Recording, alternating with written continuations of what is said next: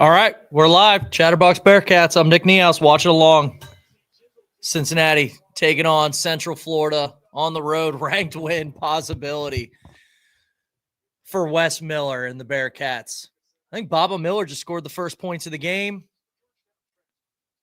We're about 18:45 left in the first half. Just hopping on. Just got everything all situated. Broadcast said Cham is getting booed every time he touches it. All right, let's get to it. Baba Miller, great block, great outlet pass to Sincere Harris for the bucket. We love to see that off and running in Orlando. All right, let's get to the comments here. Let's see. Who's with me? Who's with me? Love the plus 3.5. Elia Anderson. I agree. I actually got him teased to 7.5 with the Bills. Bills pulled through. Now it's just on to the Bearcats. Oh, my goodness. Sincere Harris went in for the layup. And Bull just absolutely sent that thing flying. Let's get the UCF basketball roster up here. I'm not entirely keen on UCF here.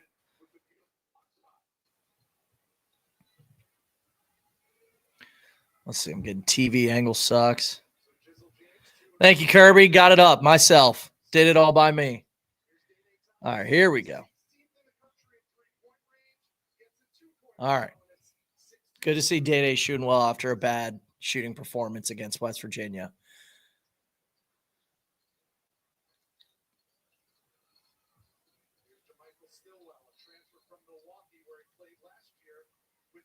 Jermichael Stillwell. Pretty sure we were in on him. I'm going to need Lily to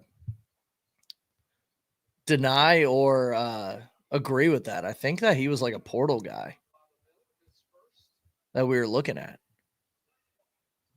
Let's see. I hate how ESPN does the rosters. They don't do it. They do it by numerical order. Like, I need it by numbers. Good D, Buck. Oh. All right, Jizzle's got it. Cham, pick and roll. He didn't roll. A lot of dribbling. Cham, top of the key, getting booed every time he gets it. Day-Day to Cham. Great. Great execution on a pick and roll for the alley-oop. Love that. Looking good early on. Can't lie. 8-2, Cincinnati. Day-Day, good defense on Kugel. Kugel, I'm pretty sure a transfer from Mississippi State, if I'm not mistaken. That's no notes. Just and Florida, right? And maybe both. Maybe both. TV angle sucks. Not mine, right? Talking about the game. All right, September. All he asks for is 2 Sean threes. I'm curious how many minutes we're going to get from Abayev tonight. I mean, he only got 9 minutes against West Virginia, I'm pretty sure. We'll see. Celestine, early minutes. Love that. Had a great game against West Virginia. Pick and roll. Jizzle blocked on the mid-range. Good rebound by Baba Miller, but throws it away.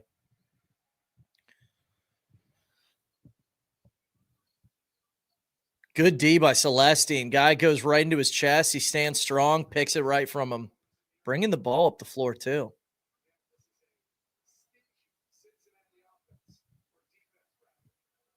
There's the booze for Cham. They're giving Baba the 3. He drives. Cham, board, and gets fouled. Cham having a good game to start. Good game to start. Okay, that's what I thought. He definitely was Mississippi State and Florida. I think he was on both.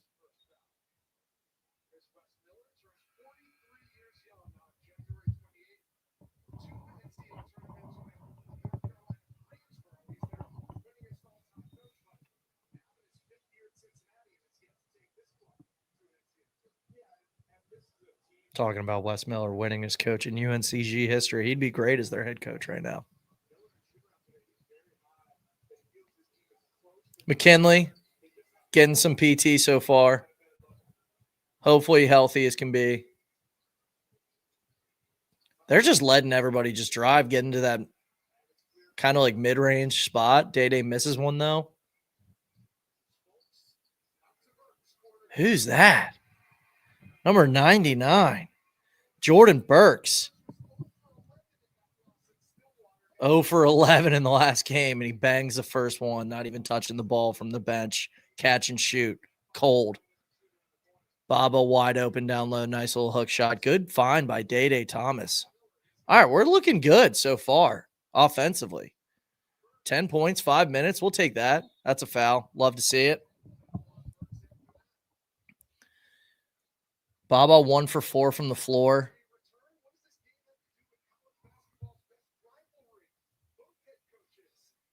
Yeah, I agree, Eli. I've watched 4 minutes, clear as day. We're the better team here. Have to get this one done. Absolutely. Actually, it's kind of crazy. It's like Stockholm syndrome. I keep betting on UC. They keep losing, but woke up today. Somebody sent me a teaser with the Bills in it. So I got Bills plus 7.5. And then I'm like, let's see what the Cats would be. And they're plus 7.5 too. And I'm like, if we can't lose by 7 or less or win this game today, then I deserve the loss. So that's what I'm currently riding on right now. And we're looking good so far. Okay, I don't know which one's right. Is it 10-5? Fox is 10-5, ESPN 8-5.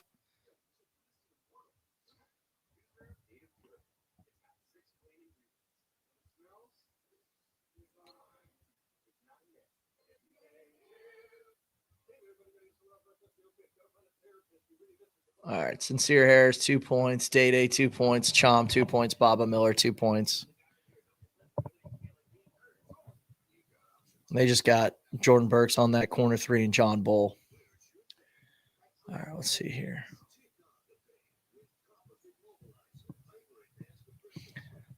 Didn't do a preview for this game, so I'm kind of running in the blind. I haven't watched much UCF. I'm trying to get more, now that it's conference play, I'm trying to watch more Big 12 basketball, but UCF not on the agenda. I can't lie. Saw Kansas, West Virginia yesterday. West Virginia, 22 run late in that game against Kansas. I got to pull up the box score to see who even did that. I'm pretty sure the power forward that we kind of shut down in our game had a really good game against Kansas. Let's see here.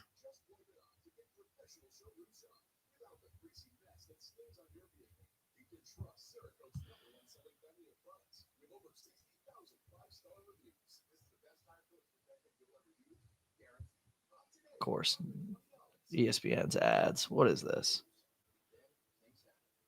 Walt Disney privacy setting. Yeah, I guess we'll just accept it. Does anybody ever read that stuff? Who was it? Yeah, Lorient. That's right. 18 points. Honor Huff, 23 points, who absolutely cooked us. What shot by Baba? The hook? That went in, right? Did he miss that?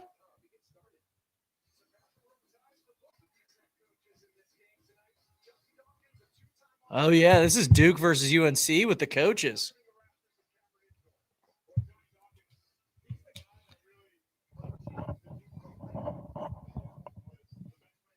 Who's the worst coach, Wes Miller or Johnny Dawkins? Well, how long has Dawkins been there? Dawkins had a chance to beat that Zion Williamson Duke team, and I'm pretty sure the refs hosed him. So I'll give it to Dawkins for even being in that, because we haven't even sniffed bubble in March. So it's pretty sad.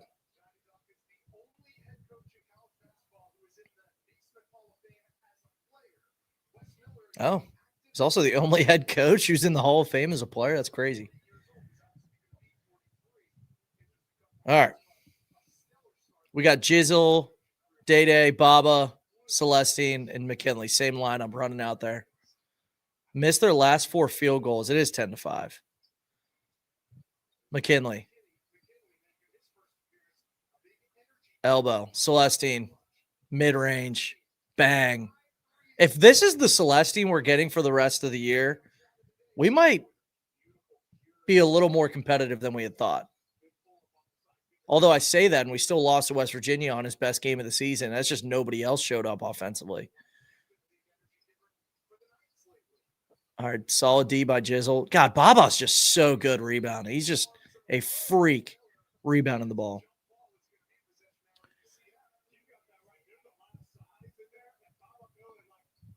I mean, he's one of the best defensive rebounders in the game.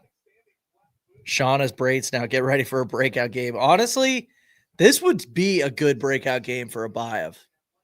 In Florida, where he's from, UCF, not necessarily a defensive juggernaut. Folks, nice move. Not much you can do if you're Jizzle there. All right, let's see. Let's see if they can respond here. Corner. Curl from Day. Celestine. Hand down, man down. Still misses it. Folks in transition to Kugel. Day smothering him. Jizzle, a little poke in there. All right. Kugel missed. There we go. Our ball. I think Kugel's like one of those guys who's like 26 years old.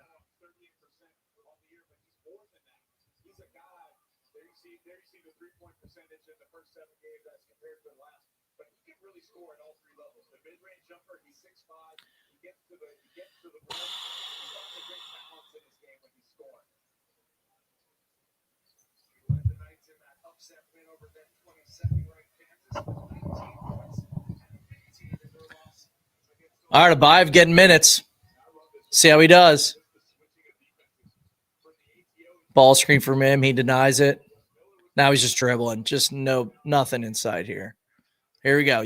Nope, denies it again for McKinley. We need the confidence for Abayev back. That's just a terrible shot at the end of the shot clock. Those are the ones we're used to, fellas. Yeah, I don't know what Sean was doing. That was terrible.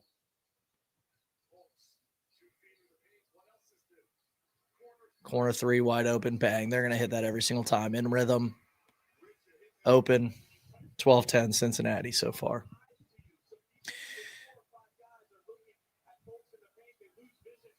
So we got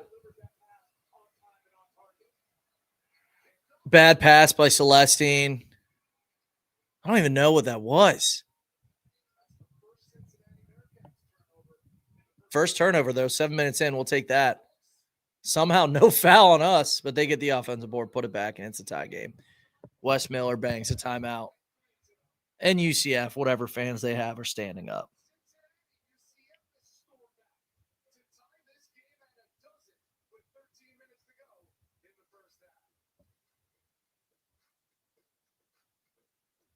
All right, let's check the box score.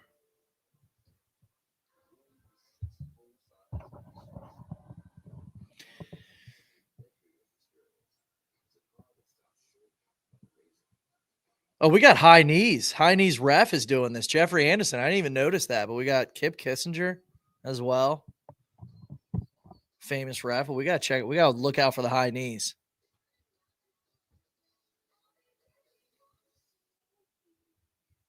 Yeah, I agree. Tatum solos.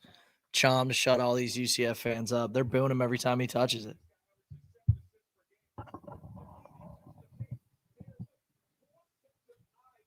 I kind of love it, though. I mean, imagine if somebody did that to us. We'd be doing the same thing. I mean, Dan Skillings, who actually might be out for the year, apparently. We'll see. If he was going to play at fifth, third, he's getting booed no matter what.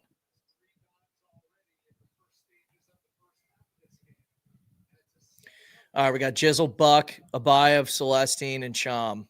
Interesting lineup.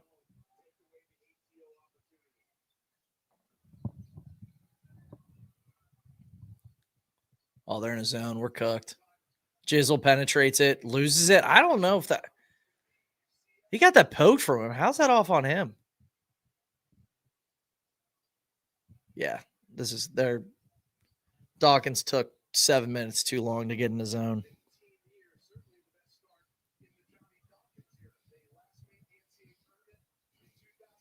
That is the best start UCF has had in Dawkins' era. That's crazy.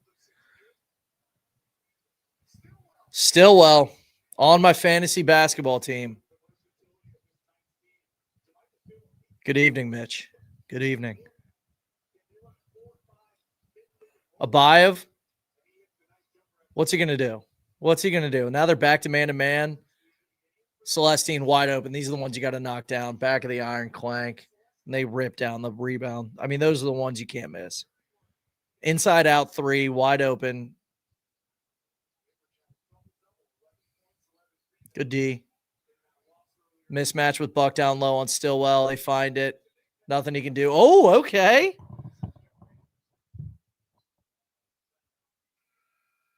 Got Stillwell with a little push off.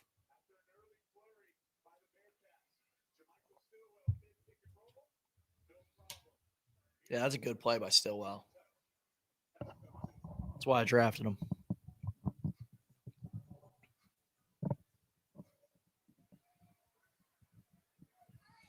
Curious how many Bearcat fans are even watching this with NFL playoffs. That was a discussion with going live for the whole game. It's like, are we going to get overshadowed by NFL playoffs, how bad we are? But if you're with me now, you're going to be with me when we're back, when we hire a new coach here in a few months. And I'm doing it at the lowest point. So the dedication is there, fellas. The dedication is there. All right, so we've seen McKinley, Abayev, Celestine off the bench.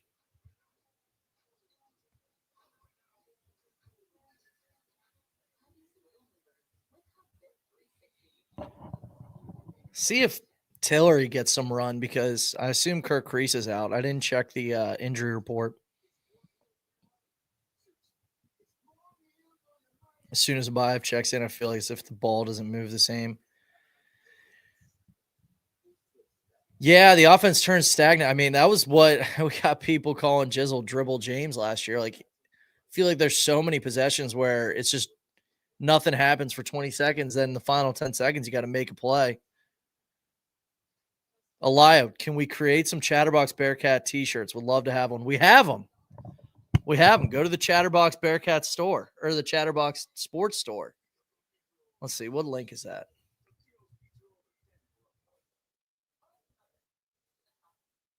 Pretty sure it goes to us too. Actually, not pretty sure. I know it does. Support the Bearcats crew. Yeah. Chatterboxsports.com. Go to the store. There we go. Seabox Cats. Kind of nice. Little, the mini one, the mini font. That's the one I would be rocking.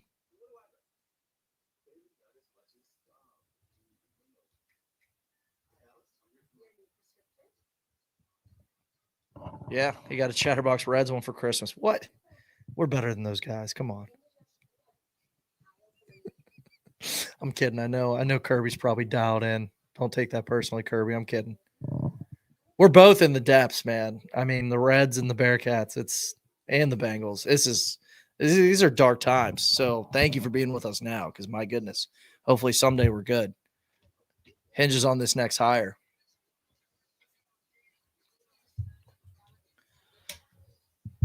I don't know what I'm going to do at halftime. I don't think Chuck is joining me this halftime, so maybe I'll just go in. I got to get on Lily's Bearcat Bunch website and just kind of go dive through all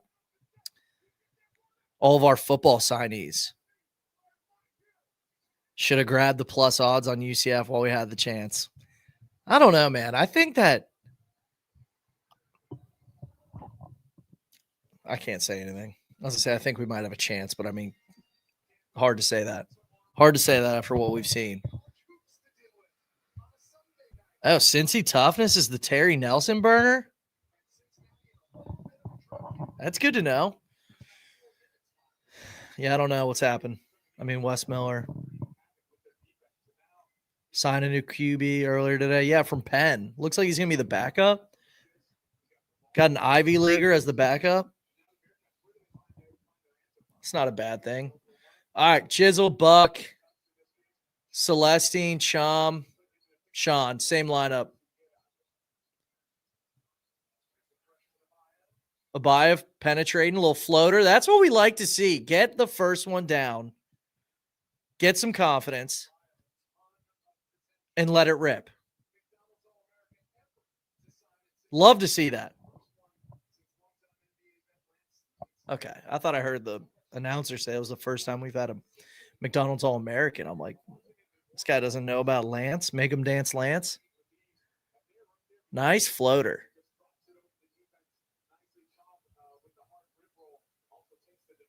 I kind of like the TV angle. We're down low. Whoever said the TV angle sucks, I don't know, man.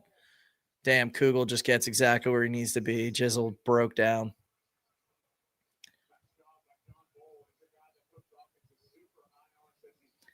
Can you imagine if this UCF team had Chom and John Bull?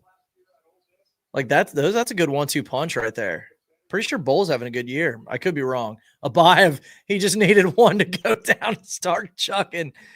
Oh my God, barely grazes the iron.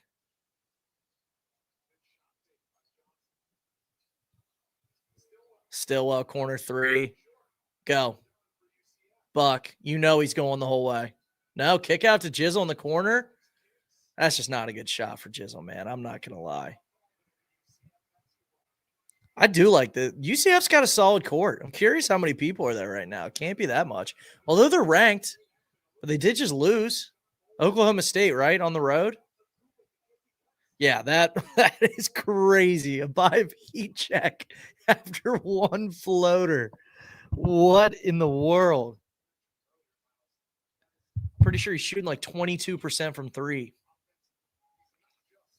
I'm okay with him taking like some questionable shots, but like in the rhythm of the offense. All right, Baba in. Jizzle out. Oh.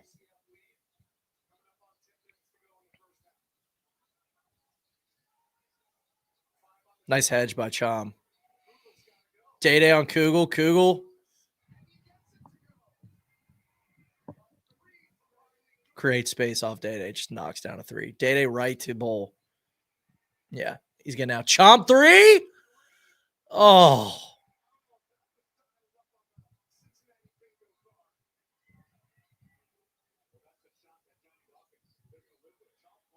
Palpable anxiety when Abayev has the ball. Baba just not. Oh my God. Baba just not paying attention as he turns it up the floor. Somebody right in his grill and he travels. Maybe a little too quick from the 6'10 center or power forward.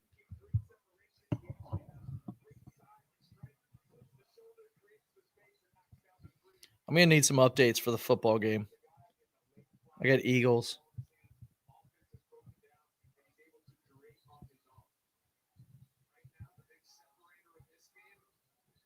Damn, 19-14. This is not how I saw this going. Kugel, that 3 was nasty. Nice D by Chom. Getting on the ground. Jump ball. Cincy ball. Bull slow to get up. The rhythm of the offense it requires to be an offense. That is a very good point. 0 for 6 from 3. Chom has one. Jizzle has one. Day has one. Abayev has one. And Celestine has missed 2. 3 turnovers to their 6.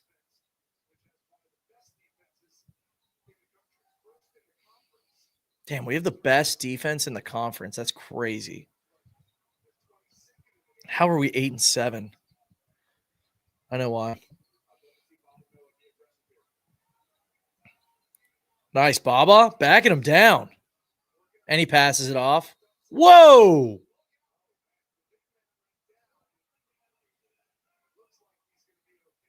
They call travel on that?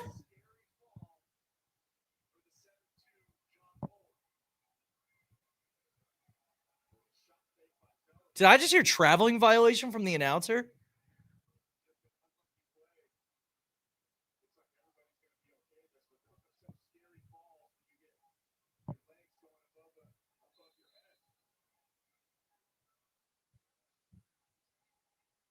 Did they just call that a travel? What?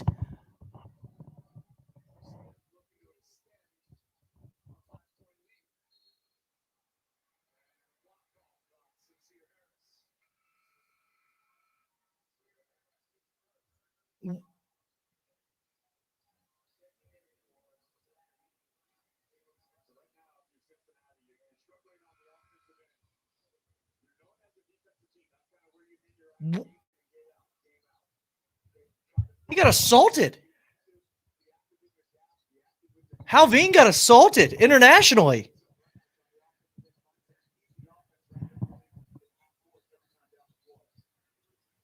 Nice day to get his hands on that. Tillery.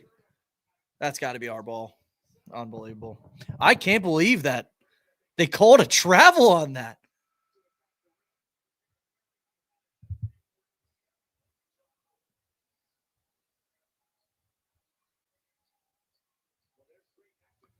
Whatever. That's crazy. Eagles touchdown. We love it.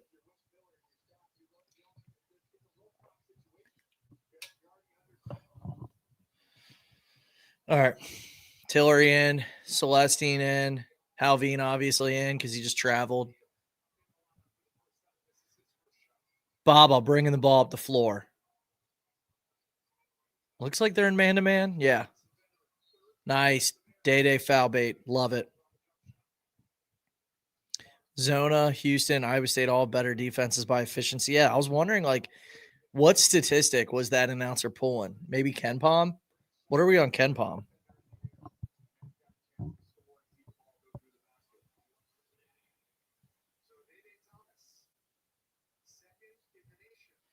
Let's see. We have to scroll a little further down for us, I feel like, right? God, were we even in the double digits? Where are we? Okay, we're 66. Somehow. 8th best defense. It's got to be points per game allowed. Because we're 8 on Ken Palm. I'm curious, though. Who you said? Arizona, Houston, Iowa State. Well, they're going to be at the top. Yeah, Arizona's 4. Iowa State's 2. Houston 6. Yeah, what? Who? I love using points per game. It's like if you just like take the air out of the ball on offense and play slow, people are going to say you have the best defense because you don't give up as many points. It's like, well, yeah, if you're going slow, you're not going to be giving up as many points. We don't go slow, but still. Day missed that first one. Missed them both. Great. Can't shoot in this arena. Although West kind of owns UCF. We need to just bring him back every year, 2 games a year, just to have him coach against UCF. 90% free throw shooter, 0 for 2. UCF 21-14. Tillery's bringing the ball up the floor. This is bad. And I thought plus 7.5 was safe. No way they call that an offensive foul. He extended his arm, but that was soft. That was soft. 16-2 run, UCF.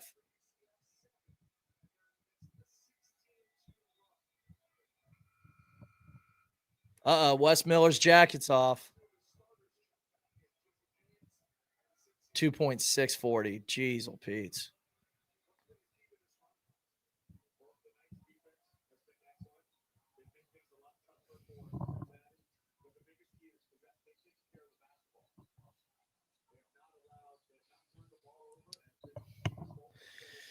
All right. How do you say this guy's first name? Folks. Themis?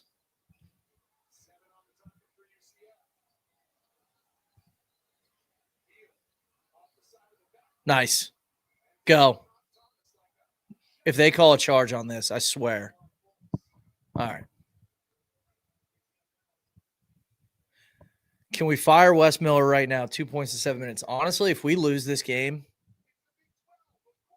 and we potentially lose Wednesday, you got to have the conversation. Colorado at home, you know people are bringing brown paper bags. There's been like organized movements to bring paper bags to the game on Wednesday. I don't think he's gotten a tech all year, Mitchell. I think he's had 0 techs, which is crazy. You think like your coach on the hot seat, you just pull the get a tech meter or lever. You just pull that, get people fired up. You know who has the only let's see if anybody in the comments remembers who has the only tech this year, unless there's one I'm missing. But there's one that just makes me laugh.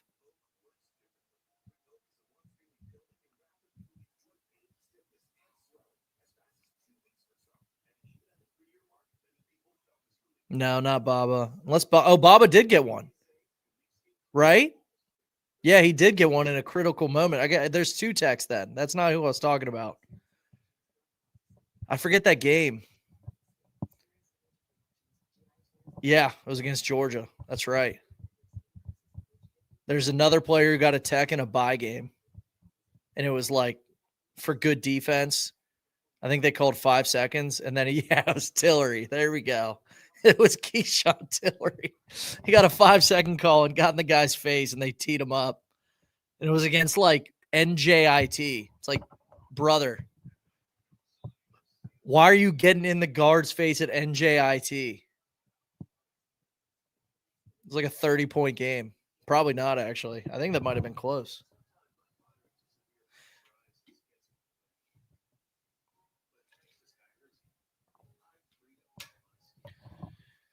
All right. What was this? How do you – I think we make the tournament with any other coach. That's definitely been like some we've covered. Like I see it basically every single episode where it's like this roster I feel like is solid, but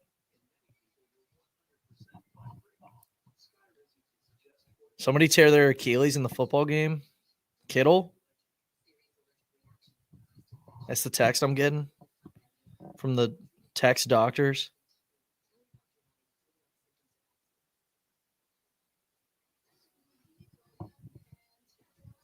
Getting in the face of a technology school. It's crazy. I mean, that is crazy. I can't believe that was a travel, man. That was crazy.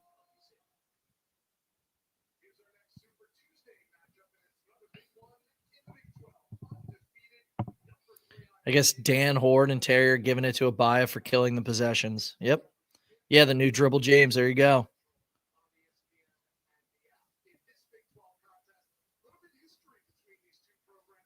Dang, we haven't had a bucket since the 12-minute mark. I think you're ahead of me. Buddy's got cable. I'm out here streaming on the app. I fell victim.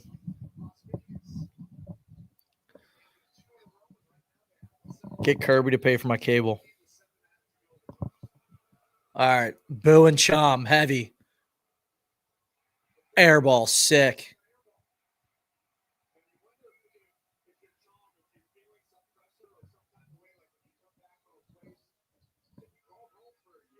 Who's 22?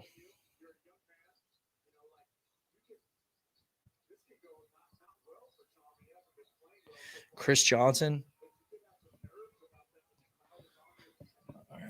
Totally missed what just happened, but looks like they didn't score. Yeah, Baba takeover time. Has that happened in a power conference game? Nice pass by Buck. Chom. Thing about Chom, man, he's got that soft touch. He really does. Now they're showing Njai. Good to know. Njai's watching the game. Kugel open 3. Nice defense by Baba to recover and affect that.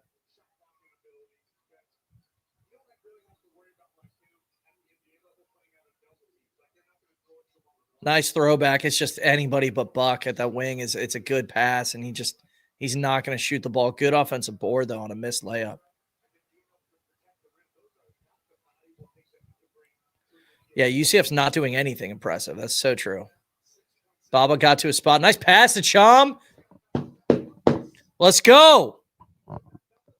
Let's go. Those are open. Short corner, little hook from Chom. Nice soft touch. Love it.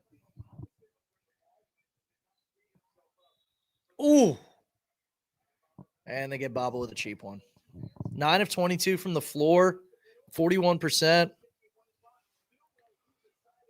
Dang, we got 177 here live watching. Love it. Thank you, everybody. Thank you. Make sure you subscribe to the YouTube. Both the main one and we got a separate Chatterbox Bearcats one. Subscribe to that one too.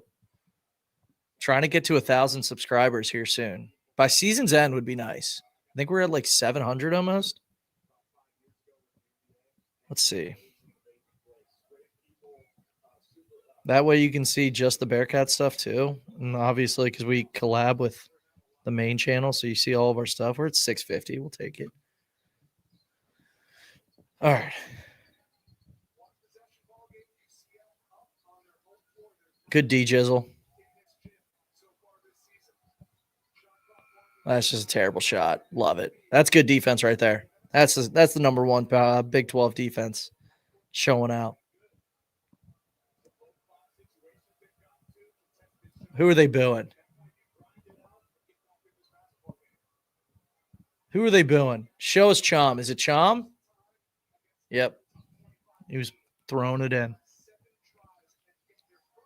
We've lost 6 straight against AP top 25. Jizzle, mid-range, love it. That's exactly what we need from him.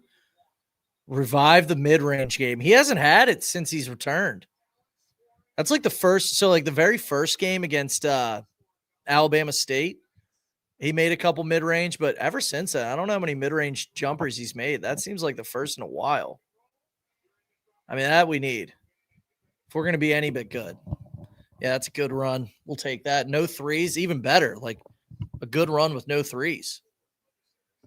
I know. That was like talking about Tatum with the getting tired of these 1-for-7 games. That was the one thing like early on Chuck outed me for saying I think we're going to be better without Jizzle. It's because, yeah, he scored 18 points last year, but it was like 5 for 17 from the floor. It's like he's just a high volume, low efficient player. We need him to shoot better.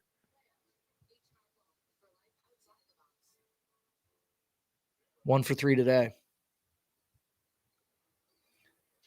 So clearly Miller, Jizzle, and Data are just going to play a ton. 12 minutes, 13 minutes, 11 minutes. Yeah, exactly. 18 points at the cost of killing your offense. Wasn't UCF the game where they showed the random guy and they said it was Jizzle's dad, Edge? I'm pretty sure it was against UCF. That'd be hilarious if they just ran it back. I'm pretty sure that was ESPN Plus, though. That's not happening on. Well, it might. ESPN's the worst. Oh, that's a nice move. That was a nice move. Chris Johnson.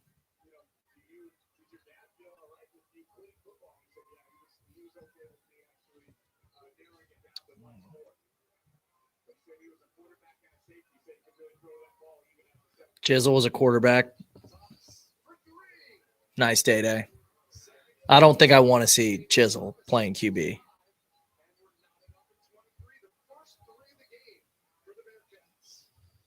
All right, here we go. 23-23. Nice run. Wide open. Missed it. Stillwell. That's not Stillwell, is it? It is. He's kind of a dog, man. From Milwaukee? Pretty sure Lily's a fan. Day got to his spot, gave it up to Buck on the wing, though. Chom. Come on, Chom. Turn around, short corner. That's just a bad shot. I mean, that's a difficult one. Oh, my God. Kugel just bodied. Was that Jizzle or Buck? I've noticed that they've been very lenient with the hanging on the rims this year, because there's been a couple times where I've been worried that we were going to get teed up and they just didn't. Nice turnaround from Jizzle. That's exactly what we need.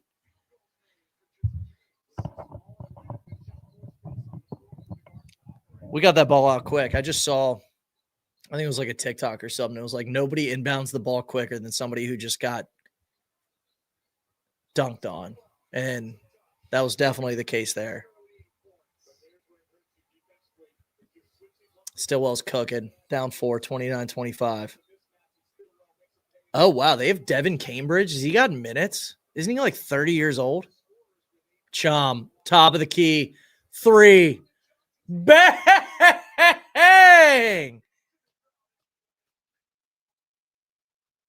Love it. Let Chom just chuck as many threes as possible. Kidding, obviously. Please don't do that. Then broken down defense right there. Gives them the easy bucket. Sick. That was a good cut. Good find by Kugel, right?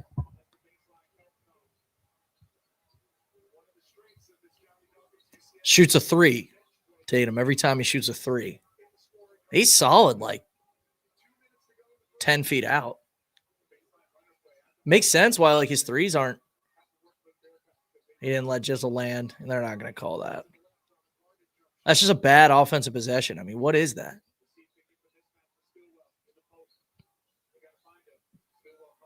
No, Stillwell on day mismatch. Nice, Buck. Out to Jizzle. Jizzle cooking him. Nice move by Jizzle. That was a great sequence right there. Buck gets his hand in on a pass. Jizzle coast to coast. Threw like 4 guys, too. That was nice. 10 points off turnovers. Well, there's the formula. Oh, they're just going to give Stillwell the shot. Yep, that's good. That's good scouting right there. Oh, my goodness. Who's on him? Easy offensive board.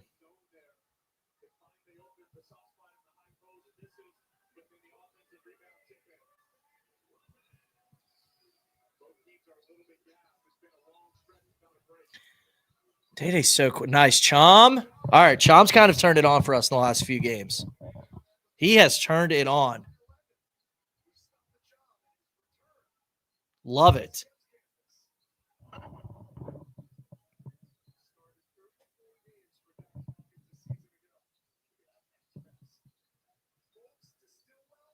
Stillwell. Oh, that's a hold. There we go. Our ball. All right, let's take the lead going into half. Uh-oh. Okay.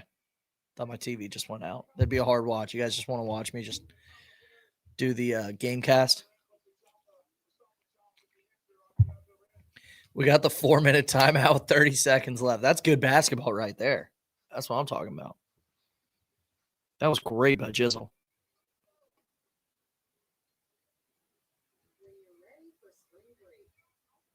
All right, we got 2 of 5 people watching. Let's go. Let's go.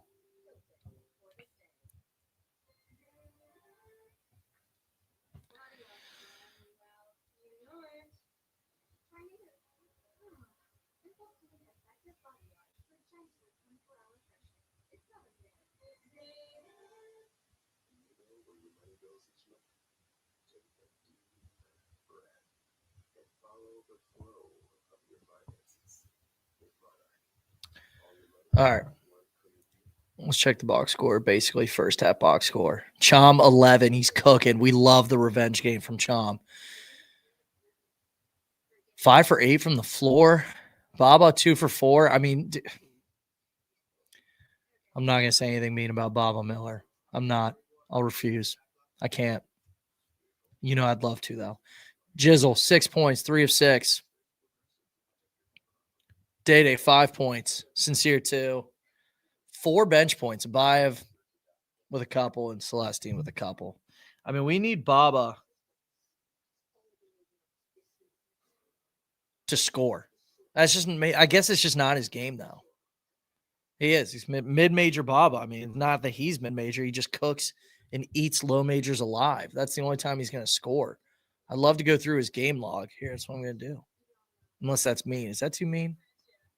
That might be too mean. He does look like DeMar Johnson, but he's not going number 2 in the draft.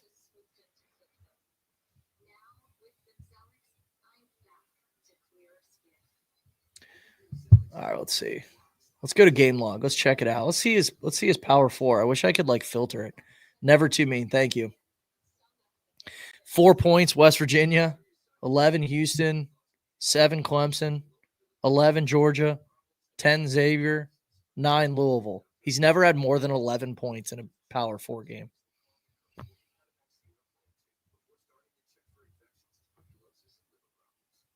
mean, it's just not great.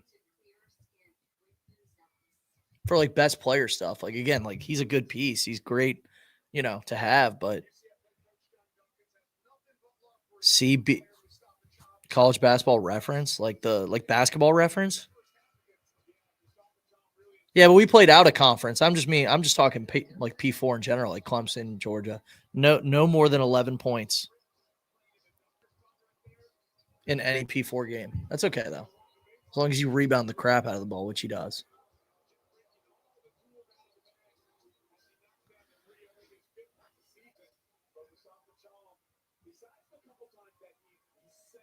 I feel like it was a quick first half. Is that just me? Is that just because I'm doing the show?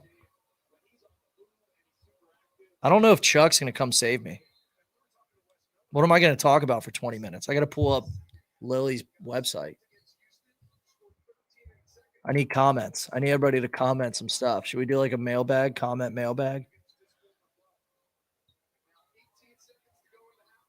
All right. 10 seconds. Chisel. High ball screen to Abayev. Putting Abayev in for the last shot. Now McKinley. Abayev final shot?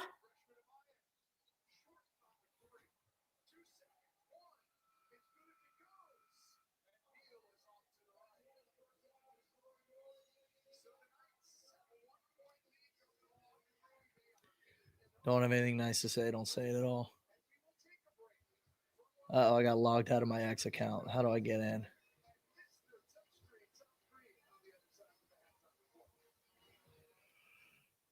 How did I get logged out? There we go. I have no idea what my password is. Let's see. What is this?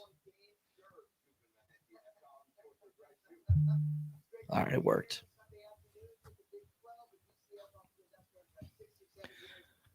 Why can't he shoot, man? Why can't he shoot? How can he not shoot? Maybe our next basketball coach is doing the halftime show right now. Tom Crean? Kidding. There has to be a curse. I mean, there literally has to be. We got to run back the Twitter spaces. I agree. I like the Twitter spaces. I feel like I've been super busy this year, so I haven't, done them. And also we suck. So like kind of worried about attendance on that. But I mean, I got 216 live right now for Cincinnati UCF. Does it get any bigger than this? So I guess there would be interest. Sean obviously enters the portal this offseason, right? I mean, why would either side want something different at this point? I don't know if the next coach would. I don't know if it would be. Here's the thing. Yes, he's gone, right? Like he's going to be gone. It's like, but is it going to be yeah, it's going to be his decision. Oh, Lily's making me enter my email on his newsletter. I guess I'm doing it. Don't tell him I'm not already subscribed.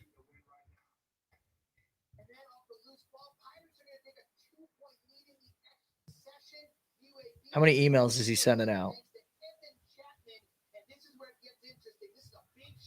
Actually, he just probably got a notification that I subscribed. Oops.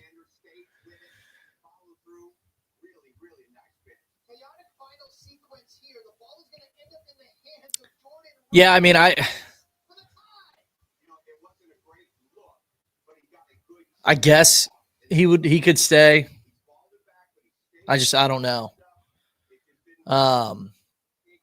So we had Vic Locken on, and he was asked about. Also, is Vic playing right now? Vic might be watching. You can hop on, Vic. You can do the halftime show with me, but Hudson and Chuck asked Vic. It's like, dude, what's up with like people putting on the Bearcat jersey and not being able to shoot the rock? His answer was, we run too much. Everybody's tired in practice. I'm like, well, what about the games, right? Like, I get it, but no name. What are you referencing? If we hired, who went to the Final Four? Tom Crean? I don't know some of these names you're tossing out.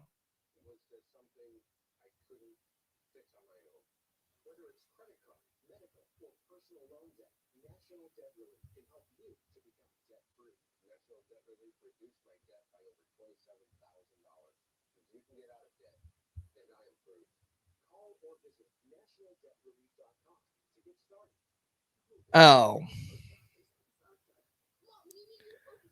I was like, who is Zach Shula? Is that just a joke? And you're talking about John Harbaugh, his brother-in-law. So you were referencing Tom Crean. Is that coach going to want to buy, though? Exactly. That's the point. Guys shooting 15%. That can't be true. That cannot be true. Let's look. Yeah, it feels like everybody thinks Tyler McKinley's just going to come back. That'd be nice.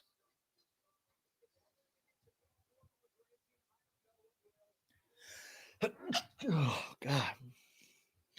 I'm not sure if Baev will be willing to transfer to a MAC or American team. Somebody will take a flyer on a Baev in the Power Four.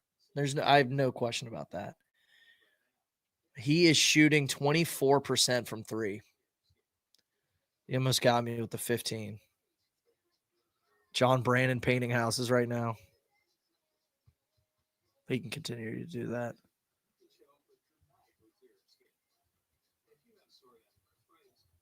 What's been huge with Baev's confidence? Running? Oh, just the pressure on the program. I don't know, man. If you were AD, who are you hiring? I mean, there's two obvious candidates, and it's Josh Schertz and Jared Calhoun, although a little smoke with an assistant. A little smoke. Leave it at that. I don't even know if – I mean, these are like straight up rumors. So I'm going to look at the football portal tracker from Lily. Great website. Go to Lily's Twitter, Bearcat Bunch. Subscribe to his newsletter. After you subscribe to our YouTube, go to our YouTube, Chatterbox Bearcats, and subscribe. I'm not dropping bombs. I don't know if I should. I mean, I don't know. We'll see. We'll see.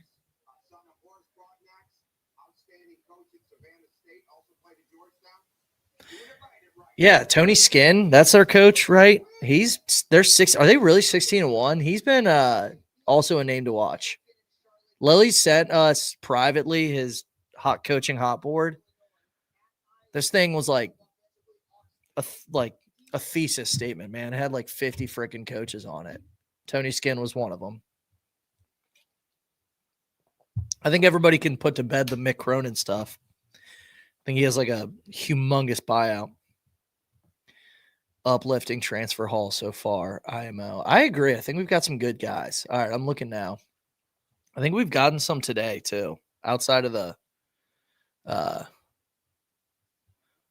former Willard assistant. Tony Skinnis, I think you're right.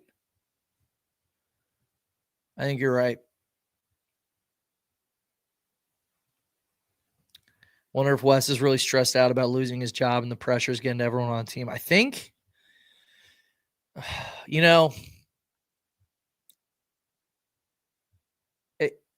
it's kind of tough because you just want to be like, well, barring a miracle, he's gone. So, like, what pressure is there? But it's like you wonder if Wes, is if that's in Wes's head. I mean, the post-game press conference comments on the radio show with Dan Horde, though, like, he's definitely freaking out. So I think that might be the case. But if the writing's on the wall, what pressure is there? Yeah, pressure doesn't matter. We've been bad every year. That's true. Does Wes take Jordan Brand with him? That's pretty good. Honestly, I was thinking about this. I was going to make a tweet, and it's like I've been so negative tweeting, but I wanted to be like, this team should be forced to wear the Deontay Vaughn jerseys. Like, no brand. It was pre-Adidas, post-Jordan. I don't even know what brand those were. The most generic-looking jerseys you'll ever see in your entire life, and Deontay Vaughn was wearing them. Let me see. I'm going to Google it, see if I can even find a brand. I'm embarrassed how bad it took me to understand the Zach Shula joke.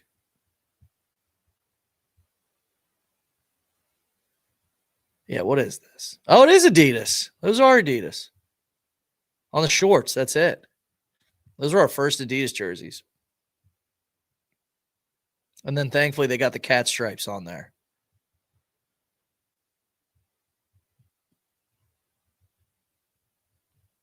All right.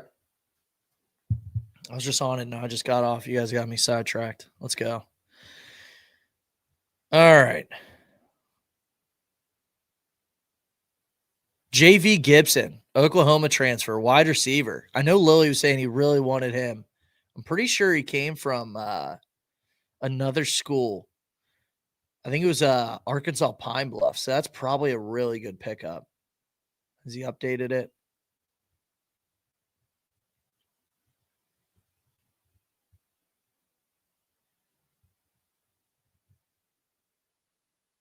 How many more years before Miller learns to read a game, manages substitutions accordingly? Look at the moment when we lost control. Socialized and predictable subs are ill-timed. Good news, Josh. We'll never know. We'll never know. I'll never watch a Wes Miller coach game again after April. Last coaching search, John should be fired. Cunningham placed coaching experience above everything else per his press conferences. I wonder if the next football and basketball coach will be the same. Well, that's the thing. Like when people are spewing out that there's an assistant coach in the mix or will be in the mix, right? That's kind of shocking because that's not like Cunningham's, recipe. Yeah, 1,000 yards of Pine Bluff. Here's the thing. I'm not going to knock the commit that we just got. I've covered the SWAC. I've lived in Mississippi, Jackson State. It's a different ball game down there in the FCS and the SWAC. It's probably like the worst FCS conference. Did you do much at Oklahoma? Still though, I mean, you got talent. You got talent. Visited Kentucky. I mean, yeah, if Will Stein's looking at him, I'll take it. No, not a UC assistant. No name. Football team was way too talented to go out like that this year. I know it's funny looking at all of the outgoing transfers, and it's like we thought about that with basketball as well, where all of our outgoing transfers, it's like Dan Skilling's Baylor. Baylor wanted Natty 6 years ago. St. John's, Rick Pitino. Okay, I think it ends there. Syracuse, I guess. Haven't been good in forever. Northwestern, never been good. I guess it's just two of them. Am I missing anybody? I mean, if you count Iona. All right.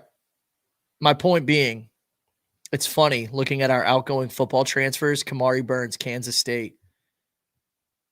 Christian Harrison, Arkansas. Sorsby. Jaquan Sanks, Indiana. Evan Pryor, Florida. Caleb Goody, Missouri. Noah Jennings, Minnesota. But it's like a lot of power conferences on there. And then we do have Central Arkansas, USF, although that's Heartline. Charlotte, New Mexico State, Idaho. It's a mixed bag. But it's like,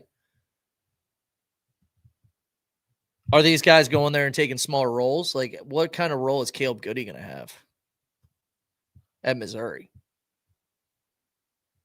Caleb Goody was okay.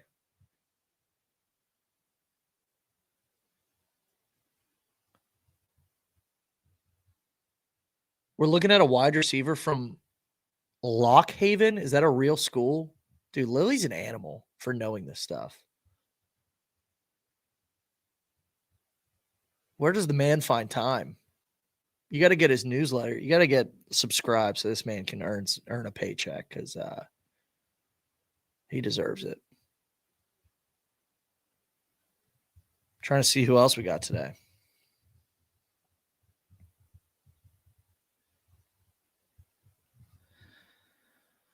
All right.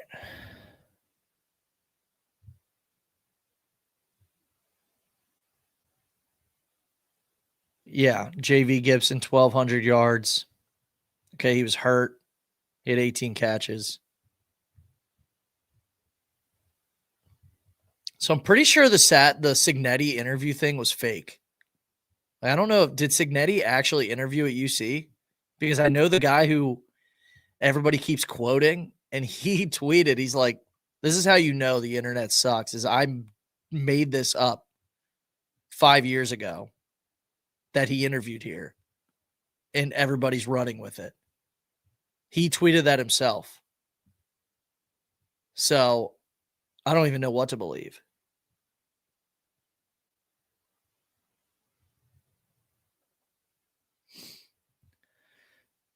All right, we also got linebacker Patrick Bauer. Who else was I like the other interest. That's when you know. I mean, that's how you know these guys. Let's see. Lily didn't say anything. He's got 2 years left. Didn't put anything else. He had 67 tackles, 3.5 sacks, 8.5 tackles for loss. Illinois State, did they lose in the championship? I know they were in it. Did they win?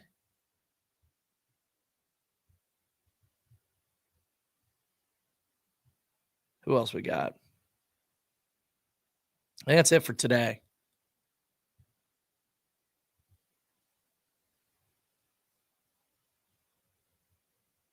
Yeah, I'm looking. I don't think we have anybody else. Malachi Henry, another wide receiver, Central Arkansas.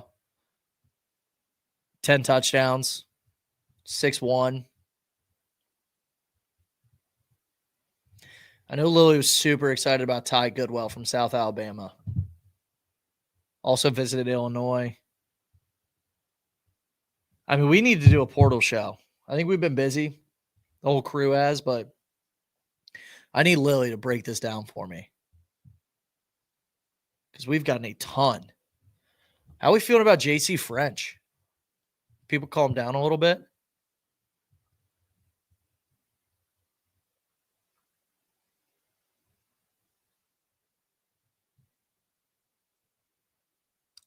Oh, Chom's blowing kisses to the crowd after he made that 3. I didn't see that. Love it. Oh, we're back. That was quick. Let's go. All right. Thank you for sticking with me. I didn't know what I was going to do. And Riley Kugel and 1 jumper. Unbelievable. Good start.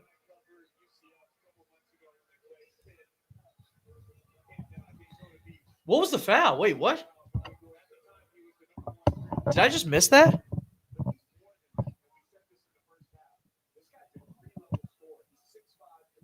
Plus 7.5, fellas. Plus 7.5. That's what we're rooting for.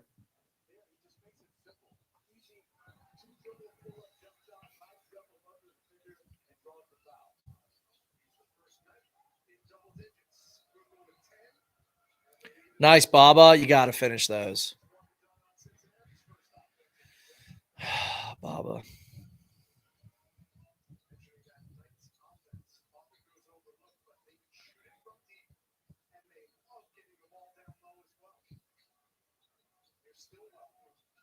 Good D by Baba. Chom board. Good stuff there. I mean, that's just a wall. And just a terrible pass. Still our ball. Pathetic start to the half. We're 50 seconds in, Eli. Come on.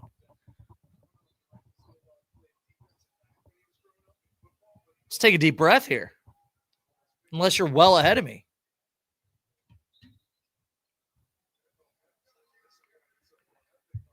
Shout out to the 243 of you guys on here. I see the vision. Might be doing these for a lot of the road games. It's a commitment, but it's fun.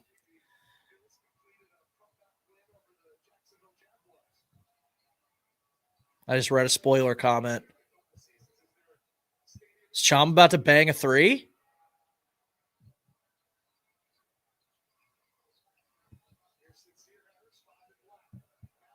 Oh, yeah. Turnaround jumper.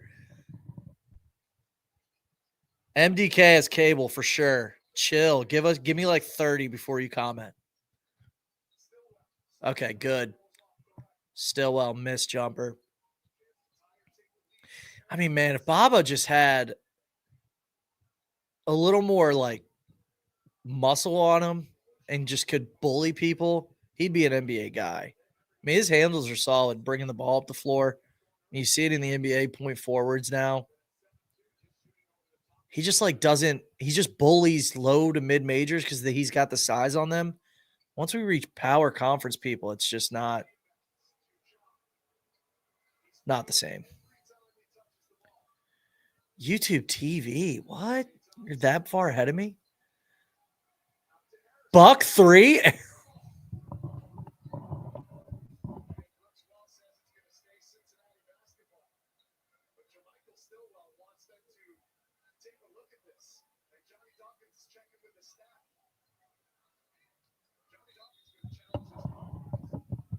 Okay. Honestly, they should just give the ball to UCF after that.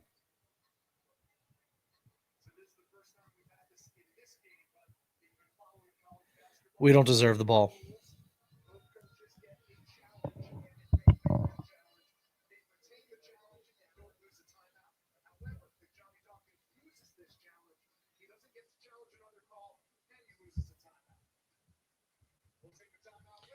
All right. I guess that's 18.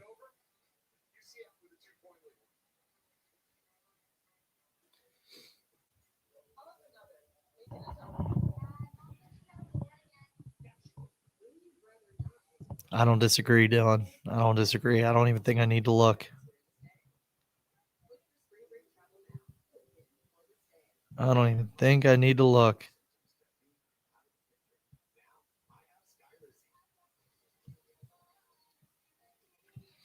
Eagles 13, Niners 10. Love it.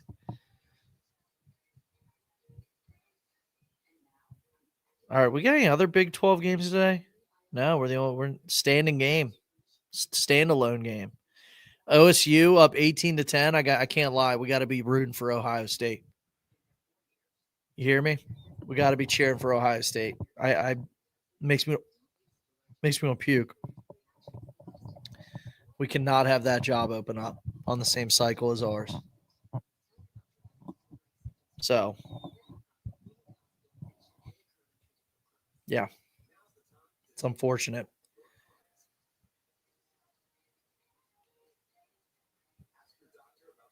Tatum, please don't say that. Please don't say that. What are the odds we could steal Travis Steele from Miami? No. Please. Come on. Clean it up. Clean it up.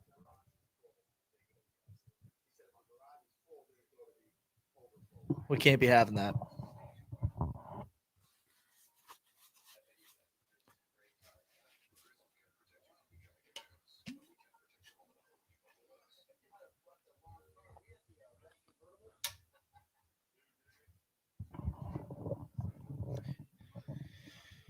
All right.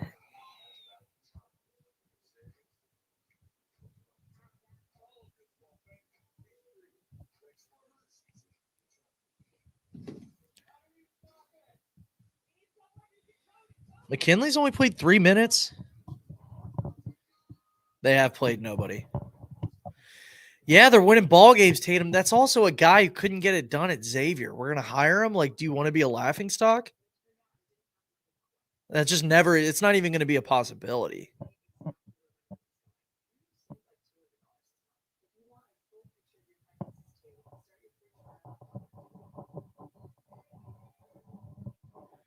They beat Bowling Green, who beat Norwood, who beat us.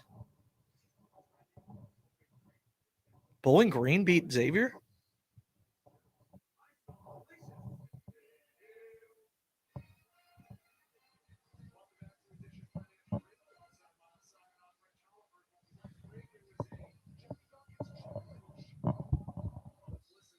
Did they really?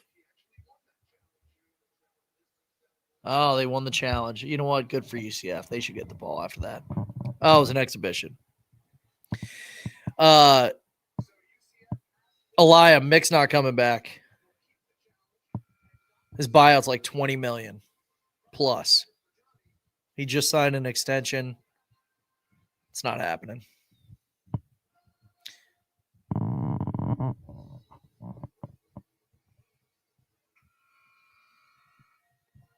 We don't want a MAC coach.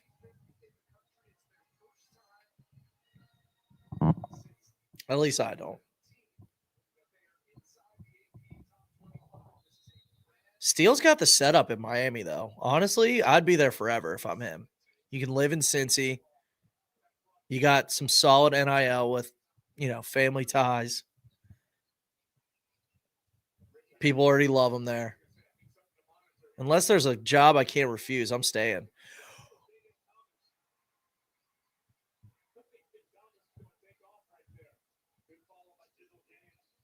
Day-Day. Day-Day. Day-Day took off from the free throw line. Realized mid-jump he didn't have it. You know what, though? I feel like the number one criticism of Day-Day was like 2 years ago when he was just missing dunks. He doesn't do that anymore. I still cannot believe they called that a travel on Halveen. They're showing the replay. I mean, that is – can somebody like clip that and send that to me, please? Clip just the play just so I can tweet out like this was called a travel.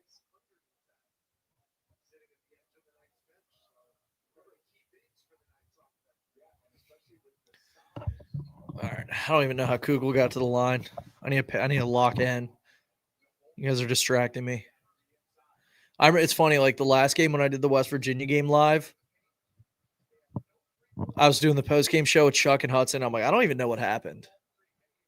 I kind of forget. Although nothing much happened except the final 6 minutes we went ice cold. These live streams melting my brain. Chom's got it. Not much to shoot. That's just a tough shot.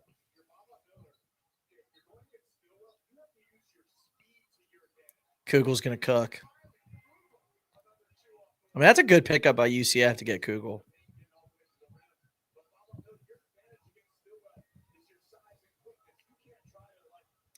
Dawkins has got to be on the hot seat, right? Dude, Day-Day never shoots those. Chom. You can see them creeping over to double team. Passes off to Jizzle. 5 to shoot. Nice open mid-range look. Blocked.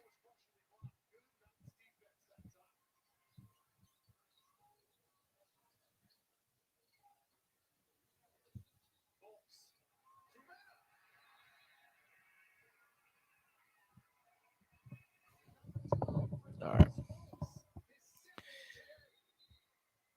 right. Please stop with the Travis Steele stuff. That we'll shut down the show. We'll shut down the show. No disrespect to him. He's great. But like he coached at Xavier and failed at Xavier and got fired from Xavier. We're going to hire him. The optics on that are terrible. It'll never happen. I'm sure he's a great guy. We can't have that.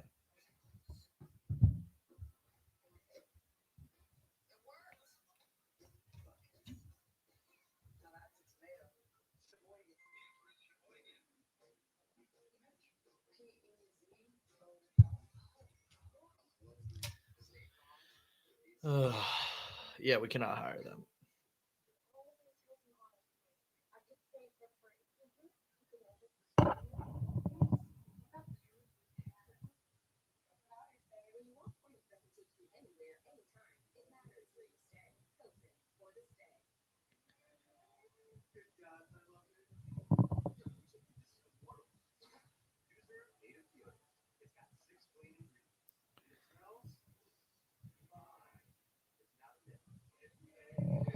All right. Yeah, first coach not to do well at Xavier. Let's hire him. I don't know. Everybody hating on Did we just start the game with the ball in the middle of the court? Did they just come in late, or is that just my stream? Jizzle, one-on-one Kugel. Nice move. Nice board. All right, Jizzle. We'll take that. By the way, we're 2 of 11 from 3. 18%. We've been to the line one time, and we're 0 for 2.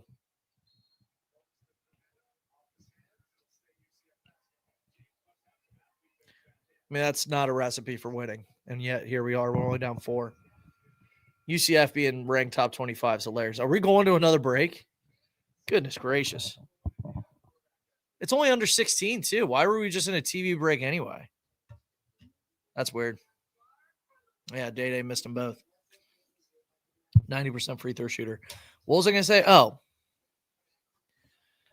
People giving JC, John Cunningham, crap. I don't know. Like, you go back and you look at some of the candidates. I don't think Wes Miller was that bad of a hire. I mean, revisionist history, obviously he was, and like it didn't work out. So ultimately it's a failure, right? But like young up and coming coach, we took a swing in the American. It is what it is. I don't really hate it. More so, I'm more so upset with the Satterfield hire, obviously. Typically when a fan base thanks you for taking their coach and paying them money, it's not a good thing. You know, one thing, it's like fans will toss out crazy names all the time for who, you know, team should hire. I remember, I mean, how long, where was Pitino 5 years ago? He was still at Iona. Was he even at Iona? He might have been, this might have been pre-Iona, but I remember thinking, hey, Rick Pitino's got that UC polo on and that one picture that somebody snapped at like a coffee shop. Where would we be right now if we hired Rick Pitino? But like, was that ever going to happen? Would that have ever happened? No, it would have never happened. Yeah, he was still in Greece. But like, why not? You want to win games? Dion for football? I don't know, man. I don't know about that one. I don't know about Dion for football. I covered Dion. Me and Dion. Dion doesn't know my name anymore, but he did at one point.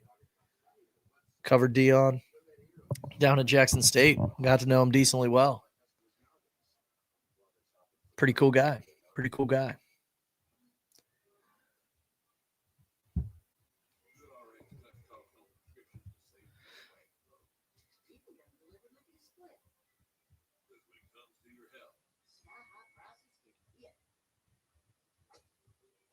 Yeah, I mean, it was before, you know, somebody took a shot on Pitino, but I mean, look how it's working out. I mean, St. John's was in the depths of hell forever. Now they're at least relevant. I don't know about the Van Axel stuff. I mean, is he even still coaching? At that point, you have to recruit. Now you just throw bags at people. I don't know about that. Yeah, we'd have been relevant. We're not relevant at all. Not at all. Is Van Exel still in the NBA? Is he? I don't know. You know, look that up for me. Yeah, Bob of 4 points. I mean, come on. 8 points in losses. Yeah, because that's the power 4. Yeah, he's not coaching. I don't think he is. Yeah, I'm not in on that.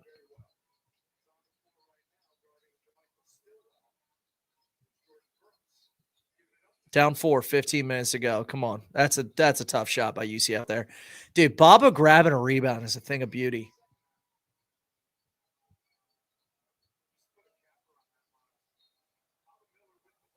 Phantom Fallon still well. We love it.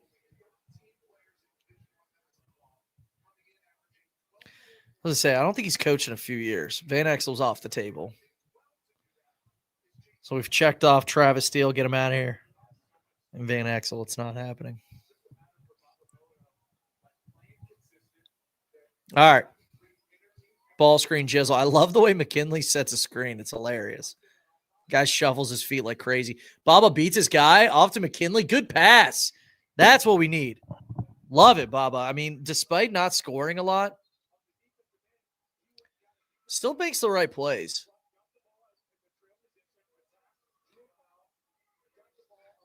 I mentioned Tom Crean there, no name. He's doing the halftime show. I don't know, man. I think he might have gotten a raw deal at IU. I love the warm-up that Buck is wearing. The old Bearcat, that thing's sick. Oh, it's our ball. I missed it. Tell you guys are distracting me. Day, open little short corner jumper. That's a tougher shot than we think. Little short corner jumper. Depth perception, terrible. Knocks it down. Love it.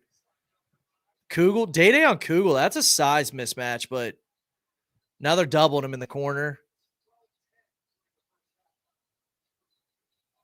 Tie game. Love it.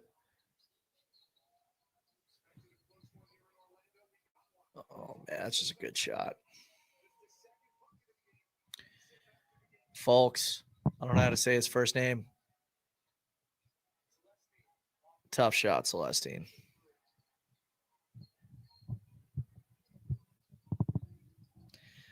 Damn, Tatum, really? Make a run for the tournament? In what world? Oh! Ooh, okay, Baba. Okay. I thought he takes one more step. He's slamming that thing. We need to grab a lead here. Nice. Go. Day transition. Oop to Baba. No, just pass to Baba. Slam, dunk, and one. Let's go. Come on. Baba Miller. Him in transition, lethal. Baba in transition, lethal. Woo, that was a good finish. Through some contact. Nice pass, Day. Way to not go for the oop. Just get him the ball. Let him go. We do have talent, man. We do. I think I forgot to answer that earlier. It's like if somebody else, is coaching this team, we're in the tournaments. Absolutely. Damn, UCF student section showing up a little bit. Baba made free throw. Let's go. 47-44. ESPN Top 100 NBA prospect, number 58, Baba Miller. Love it. We need him to show up in Big 12 play. I mean, that's a great sequence from him. And then Kugel knocks down a three. Man, we can't have anything. Can't have anything nice. Can't have anything nice. Here we go. It's going to come down to the wire again. Let's see how we do in the final 5 minutes. Yeah, get it to Baba. And it's 10 seconds before we even make a pass. What are we doing, man? This is the issue. Like, what are we doing? Oh, nice pass, Celestine. Got to finish that. Okay. He still gets it, Celestine.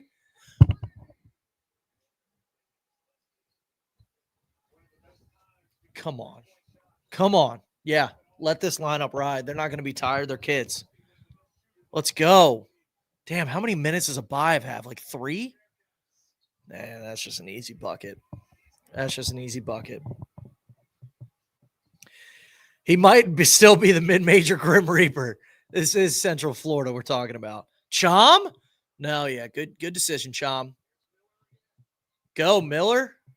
Chisel, that's an open 3. I'll take that all day. I mean, those have to fall. That's tough. Nice, Baba. Baba's working. Yep, that's off us.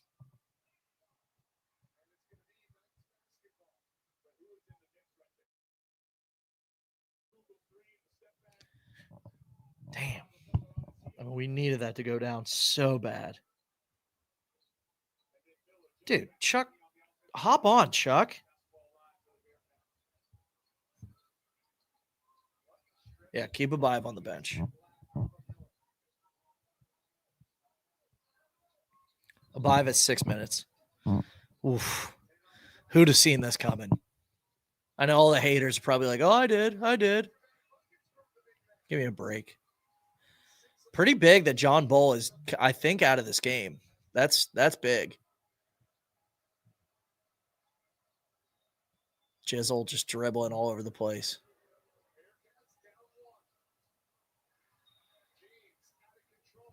Oh, great. That's terrible. I mean, that's terrible. Chuck's joining. Let's go.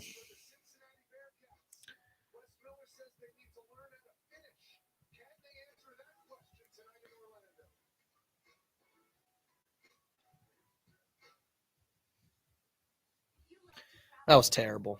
Here we go. How many minutes are left? Is it single digit minutes? Maybe that's why. As soon as we get down to crunch time, everybody pees down their leg.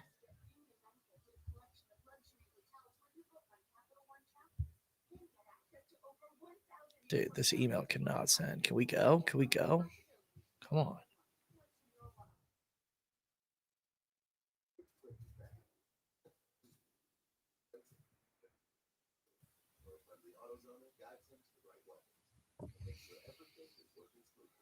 All right, there we go, Chuck. Link is sent, brother.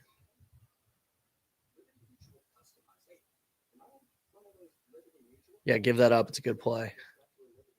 Oh, there's still 12 minutes. God, my mind is fried. No name. $20. Cheering for the team and for West to make a crazy run and prove us all wrong. Please prove us wrong. I'm not drunk. Just want to cheer for a great team. I got to run, but hope to be back later. Take care, Nick. Great show. Appreciate it, No Name. You are the best. Love it. $20 from No Name. That's amazing. All right.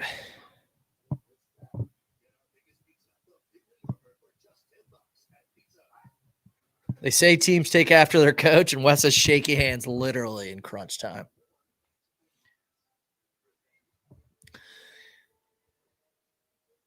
If we lose this game, how is Wednesday night going to be at home at Fifth Third Arena? I mean, that's why I was like talking to some friends. I'm like, I think it was actually a Xavier. It was a friend of mine who's a Xavier fan, and I'm like, I just can't imagine Wes being on the sideline of Fifth Third. And he goes, "What do you mean he's going to be?"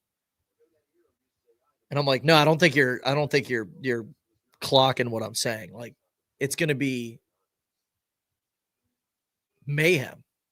If we lose this game, his name getting announced, that might be the loudest crowd pop at Fifth Third Arena in terms of boos. It's hard not to root for him. I know everybody in the comments. I like the guy. I do too. He seems like a good dude. Like, I know some of the guys that are, donors, and he knows, and they know him personally, and everybody says great things about him. Wish him the best. I hope wherever he goes next, he wins. That'd be great. Seems like a great dude, but man, it's just not working here. And it's results business.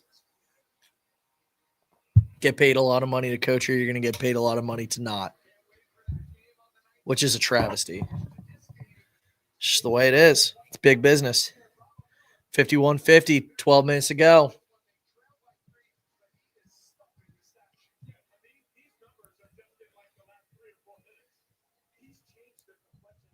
Wes would be a great rival for Travis Steele in the MAC. Yeah, OU should hire Wes. That'd be great.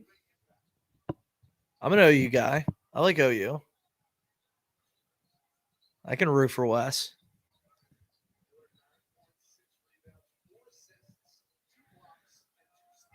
All right. Buck on Kugel. I like that.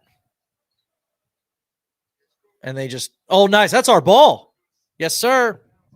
Nice play. Tillery. Good hands. Good hands.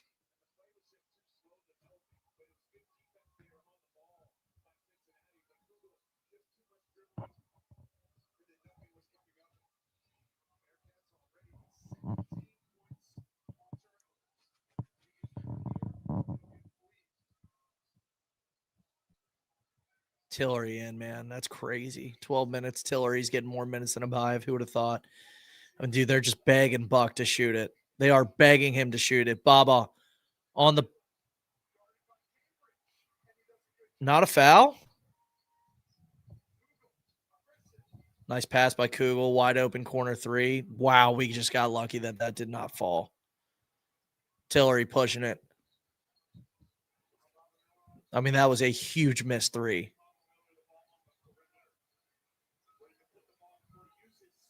Dude, Kugel just shoved Chom. Nice. Got it deep to Chom. And one. Let's go. Come on. Come on. Way to find the mismatch. I mean, Kugel's tall, but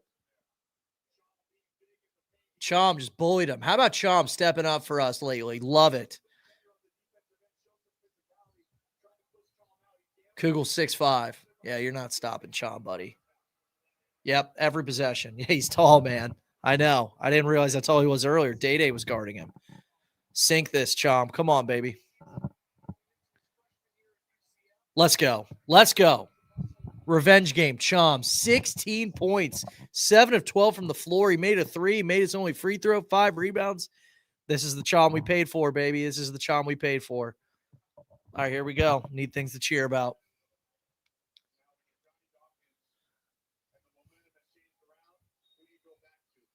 $257 watching. Thank you, everybody. This is awesome. This is fun. This is fun. Kugel on the bench. If they score more than 4 points with him on the bench, this is a failure. I mean, that's just bad offense right there. Is that not a moving screen? There we go. There we go. I called that. I called that. I mean, what is that? What is he doing? What is he doing? That was easy. Gosh. That was stupid.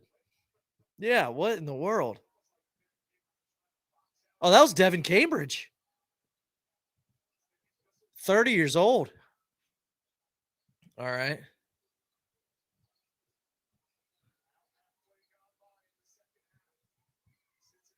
Baba? No. Get it to Chom. Go, Chom. He got pinned down. Buck 3?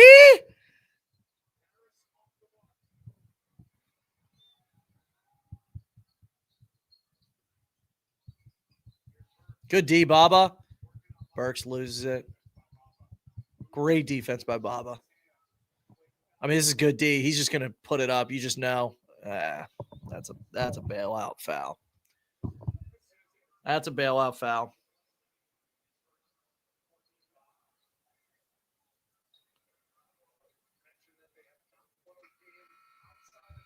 Yeah, the home and away splits graphic is bad because we haven't played anybody good at home.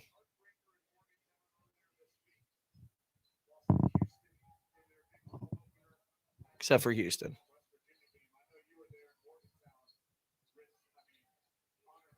Everybody who played on the road has been good or neutral.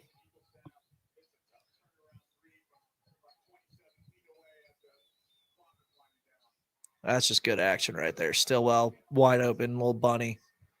Knocks it down. Stillwell's a player, man. All right.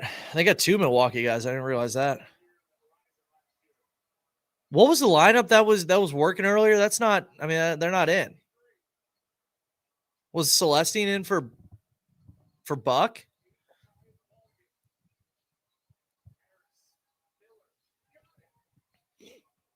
Nice pass by Harris to Baba.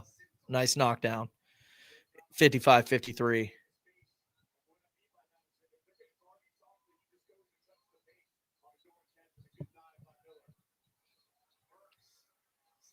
Oh.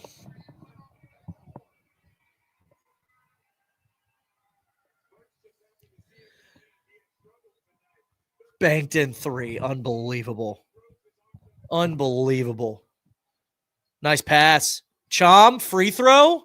Bang. Dude, Chom has got some solid touch on his jumper, except for from 3, obviously. But, like, anything inside the arc, like, dude, I feel confident with him taking an open jumper.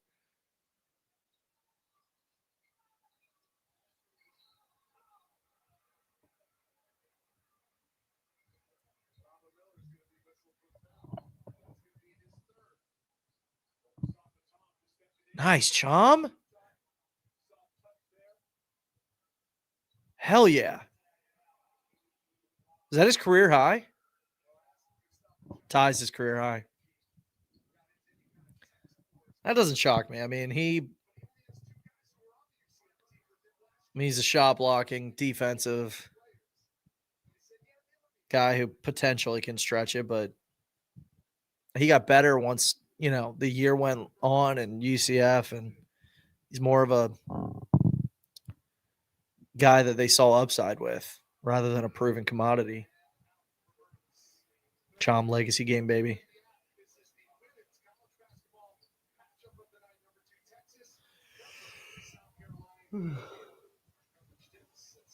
Excuse me.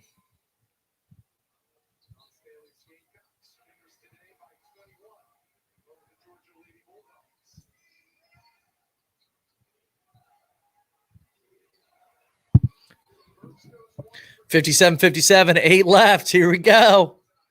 Oh my God.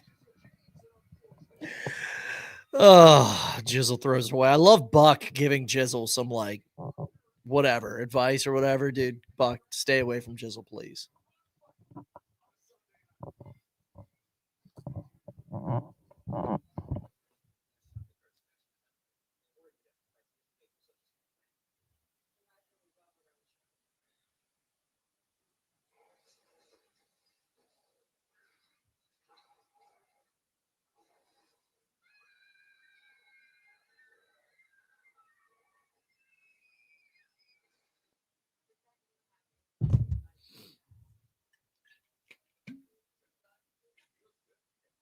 These go by quick, man. I've been live for an hour 36. Got 262 watching. We love it. Chuck Walter joining the show. How we doing, Chuck? Good, man. Sorry I'm late. I couldn't find a paper bag to put over my head, so I just had to show up raw dogging it, as the kids call it. Yeah. I think it's a little too soon for that. I think it's a little too soon for that. You kidding me? What do you mean it's a little too soon for that? Live on air. I mean, we'll see. We're 8-7, Niehaus. No. If it gets historically bad, we're going paper bags. Dude, it's historically bad. We've even John Brandon didn't finish 500. Yeah, John Brandon wasn't in the Big 12. I'm not. Don't make me defend West, please. Please don't make me defend West. Does he have a Power 5 win all year? No. That's terrible. That is terrible. Yeah. That's terrible. It's paper bag time. What did you think of the guy showing up to Montgomery Inn with a paper bag over his head? Hilarious. I agree. I mean, there are a lot of boomers on the internet that said, that's not funny. That's distasteful. That's a grown man's job you're talking about. When we're talking $7-8 million for a potential buyout, there's no sympathy given from me. It's kind of it sucks. I get it, but 5 years at a job is very normal for any human being. If you're not doing a good job, you're going to get canned. It happens. I like that it was probably a boomer himself who did it. Because do you know anybody your age, my age, other than Lily, who's going to the Wes Miller game, coaches show?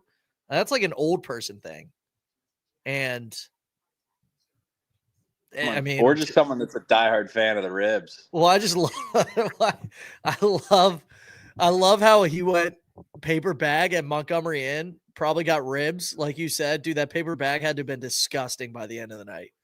Just going ribs through the hole in the paper bag, sauce all over the thing. Just disgusting.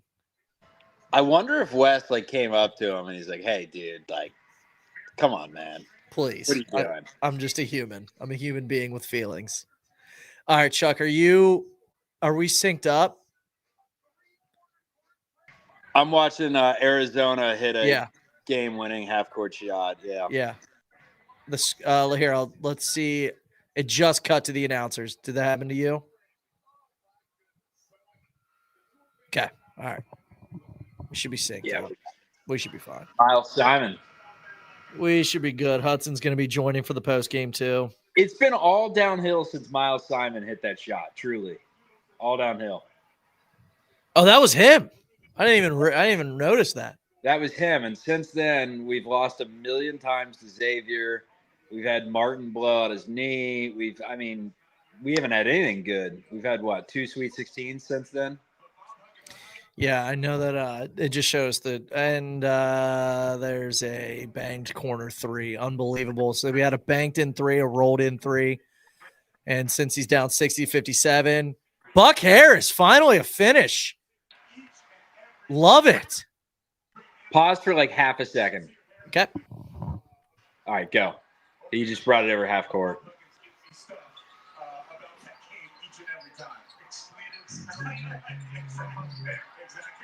And no rim protection, layup, 62-59. All right, I think we're good. Yeah. I mean, the thing is, Wes has no issue. I know he's got the yips in quad 1 games, but he's got no issues with Orlando. So I do think we can win this game. This is that they have momentum now. If they score here, you might have to bang a timeout.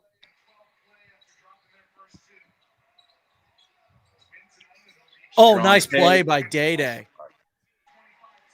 Off to Sincere. Misses it. Jizzle put back. Am I still ahead? I will pause it for another second. Okay, we're good.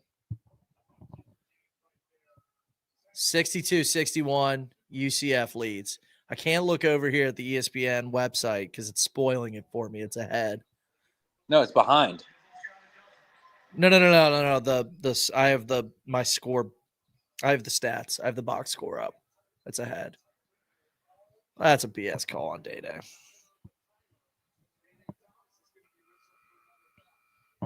We got UCF fans in the comments. Uh-oh. Didn't know they existed in basketball.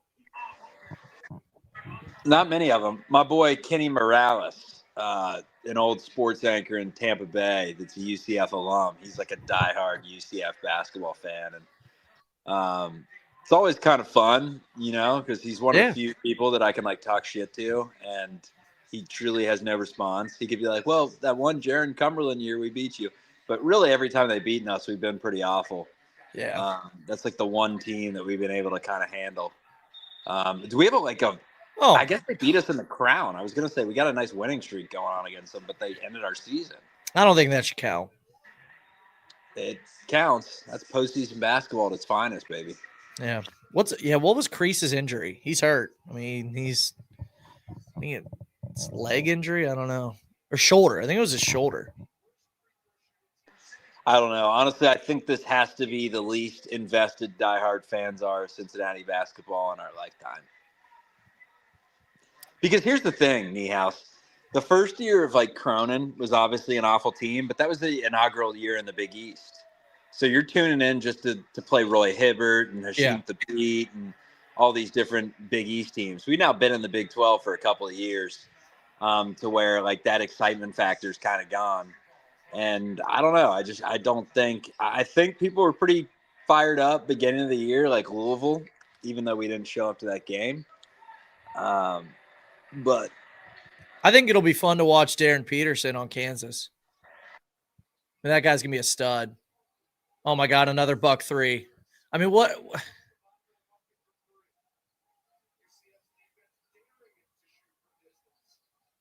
Chisel.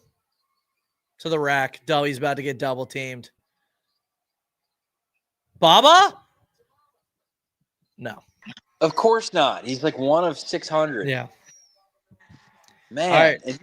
I love Baba. You slander his name quite a bit and say he's the Monstars against, lower level teams. I think he's legit talented, but he should never shoot a 3. He should be like I'm trying to think of a dude like Trace Jackson Davis. You don't see Trace Jackson Davis shooting 3s. Like that should be Baba Miller. Like you're not a 3-point shooter. The difference is Trace Jackson Davis has some meat on his bones and he can just bully people. Like Baba's not bullying anybody with any athleticism.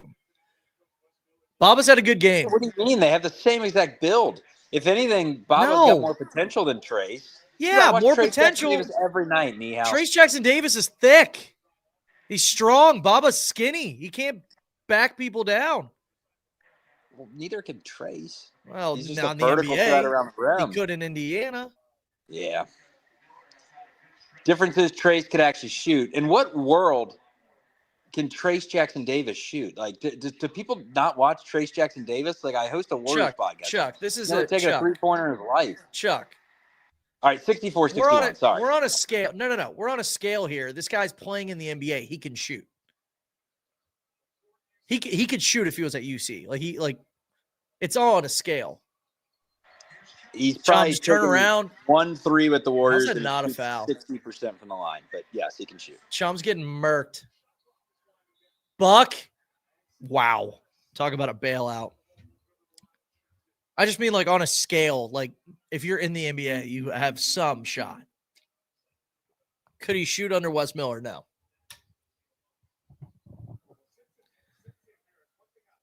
Oof, that's a bailout.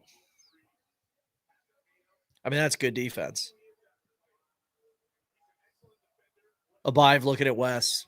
Yeah, buddy, you're still sitting there. Don't worry about it. Hate to see it. I mean, that's crazy. Clank, first free throw. Dude, the crazy thing is, Abayev was great at the beginning of the year. He set some freshman records. Put up 20 against Michigan. Exhibition or not, I mean, still the same players, right? And he went off against Dayton. He just lost his confidence, man. And I don't think he's bad, but I don't know how you get your confidence back mid-season. Yeah. Unless you get a lot of run and figure it out, and they're not just going to give him run to give him run. Yeah, I agree, Nate. I don't know how Chom didn't get a foul call down there, and then they just give one to Buck like that. Maybe that's a makeup. Kugel wide open. Okay. Passed it off. Nice. That's our ball. Let's go. We'll take it. Chuck, are you keen to knowing who the high knees ref is? Because we have him. I haven't seen any high knees, but that's Jeffrey Anderson down on the baseline, and he's the high knees ref. So take a look when UC's bringing the ball down. Let's see his running motion. That's him right there. All right, let's see. Let's see if he's got the high knees. No, he's walking. I can tell that he's got crazy legs, though. I can tell that he's definitely got that high knees ready. We need a 3 here, and then he's got bang. Miss. Oh my God, dude, these guys cannot shoot. It's awful. Literally need that cashed. At least they haven't shot a ton. We're 3 of 18, which is horrific. But at least we're not 3 of 30. Chuck, I got plus 7.5, just so you know. That's a good bet. Stillwell's knocked that down all game. Oh, yeah. Anderson. There it is. There's the high knees. High stepping. Oh, yeah. He's high stepping, man. Go to the high knees ref Twitter account. You'll see it. It's a compilation of all of them. Chisel. Mid-range. Nice. Bang. Nice. Needed it bad. Nice. 66-64. 3:27 left. I feel so bad if these guys can't win this game. They've truly been in every game this year. I know. We just got to close it out. Wes isn't lying when he's these guys can't catch a damn break, but at the same time, that's called a losing basketball team. Dude, Jizzle's on Stillwell. What are we doing? And one. What are we doing? Games. Why is Jizzle on Stillwell? I think we're in a zone, right? Are we just going to lose every game by a possession this year? It makes it even worse. At least if we got blasted, it's we just suck. But I still don't think this team sucks. I just think we don't have a coach. I think it's probably a necessary evil that we compete for 2 hours and then lose. We need it to happen. We need to keep losing. I just had a group chat of UCF fans text me and say, "Is Jizzle NBA bound?" They're dead serious. Oh, and I was like, if you would have asked me 19 months ago, absolutely. You ask me now, I'm going to take that back. No, I don't think he's an NBA guy, but I think he could be a good 4-year college player. I think he's going to have a good rest of the year, honestly. He's just now getting his sea legs under him. I'd be cool if he stayed on the next coach. For sure. Yeah. What was I going to say? Oh, it's a homecoming for him, too. He's from Orlando. Yeah. Didn't even think about it. Him and Chom. Yeah, he's one of the few that could potentially stay. I think McKinley, everybody's just shooing him in as staying, but it's we need to recruit him back. So I think he's going to be a stud. There's talent here, Chuck. You just said it. There's talent. There's definitely talent. They just can't close. It's been that way for years. I mean, look at all the games under Wes Miller that we could have won. Texas, Xavier almost every year. Max Abmas traveled. Baylor at Baylor. Oh yeah. You know, Dan Skillings had an open 3 to win the game. I mean, just go up and down the list. Yeah, it sucks. It sucks. You know, I did all right. I did all right without you for halftime, by the way. What's up? I said I did all right without you at halftime. It went quick. What'd you do? Just read the box score 70 times? No, I was just answering comments. We got almost 300 people watching. I was answering comments, going through the football transfer portal. You know, I'm locked into all these G5 transfers we got. Yeah. I'm intrigued to see how we do at Fog Allen. Because, like, Kansas got smoked by West Virginia at the end there. West Virginia went on a 20-2 run. Well, that's what I texted you guys, man. I said, like, West Virginia was down 6 when I texted you at 2. I was like, wow, yeah. West Virginia is going to win this game because this is what happens in college basketball. Home teams win. Home teams win games that they're not supposed to, and we're like the only team in the Big 12 that consistently loses every single home game and just doesn't take advantage of the 6-point swing that you're typically supposed to get. Yeah. Kansas Elias also says, There's no way we win this game. I have zero confidence. I have confidence just because it's UCF. If this was anyone other than Orlando, I wouldn't have any confidence. But, like, West can beat 3 teams in this conference, I feel like. It's like Arizona State. Did we beat Arizona State last year? I think we beat them last year. Yeah, we beat them last year. Arizona State, UCF, and Oklahoma State were due for a split. That's like it. Have we beaten Oklahoma State, though? That was a really bad loss we had to them. Yeah, Utah. Yeah, we beat the hell out of Oklahoma State in the Big 12 tournament last year. But, like, I think we had a bad loss to them 2 years ago when they were really bad. Chuck, plus 7.5 is I'm going to be sweating. We're going to be sweating for a win. You're going to cover. All right. This is the thing about Wes Miller. Like, we fight until the final possession. It's just, what type of heartbreak are we going to get this time? You know, are they going to bang a 3 on us? Or are we going to? Yeah. It's not going to be 7.5 though. Baba, nowhere to go. 10 seconds left to Day. Drive nice, finds Chom. Let's go. Great play by Day. 69-66. Chom's been good. Chom's been really good. Career high. Legacy game if we get this win from Mustafa Chom. So that's a push off. What? While we're at it, they rolled it in. 71-66. Johnny Dawkins is giving one of these. Oh, God. He knows they have us on the ropes. All 4,000 fans in the stands standing up. Honestly, I'm not even going to go at West tonight. The fact that he apologized to Dan, like, he's honestly a stand-up dude. You know, like, yeah. The fact that he came into his radio show and he was like, guys, I'm sorry. Like, he's obviously frustrated. He obviously cares. I like Wes. It's funny he hates us. I mean, he has to. He has to absolutely hate us. We're the only people that'll call him out publicly. I mean, like is a stretch, but he seems like a stand-up guy. I like him. He seems like a good dude. 22-5 for Chom. Chom is having a great game. If we win, it's because of Chom. 10 of 15 from the floor also. Like, that's big. I love how they're showing Njai. Like, do you think Njai says more than one word in this huddle? No.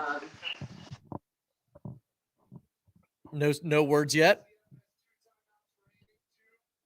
Nothing? No?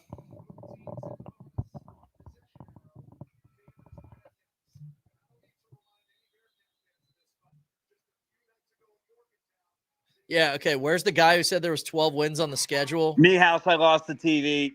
My wife's turning on the she's turning on Eagles Niners. I gotta go upstairs. Oh no. She's going on the treadmill. All right, I'll be back. All right, I'll just go by myself. That's all good.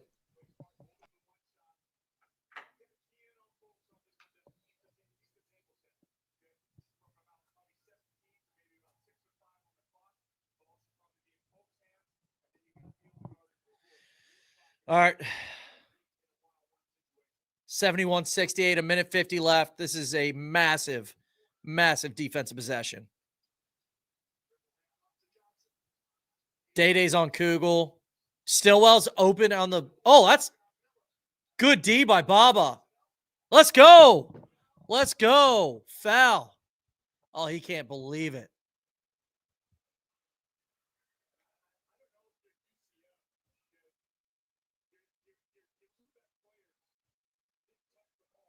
Oh, he shoved him. He shoved him. Good call. Good call.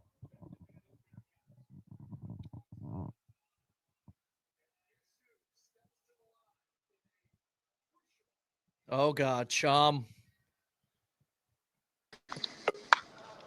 You got it on? Chum 1-1. No, I don't, but I will. Chum 1-1. Bang! The first one cashed.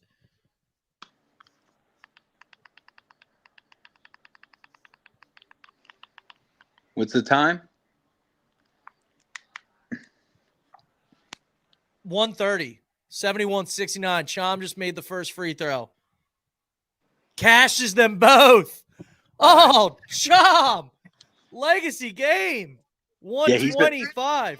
He's been unreal, man. Here we go. Need a stop here in a bad way. UCF 71, Cincinnati 70. They're taking this down all the way to the 1 minute mark. Buck Harris.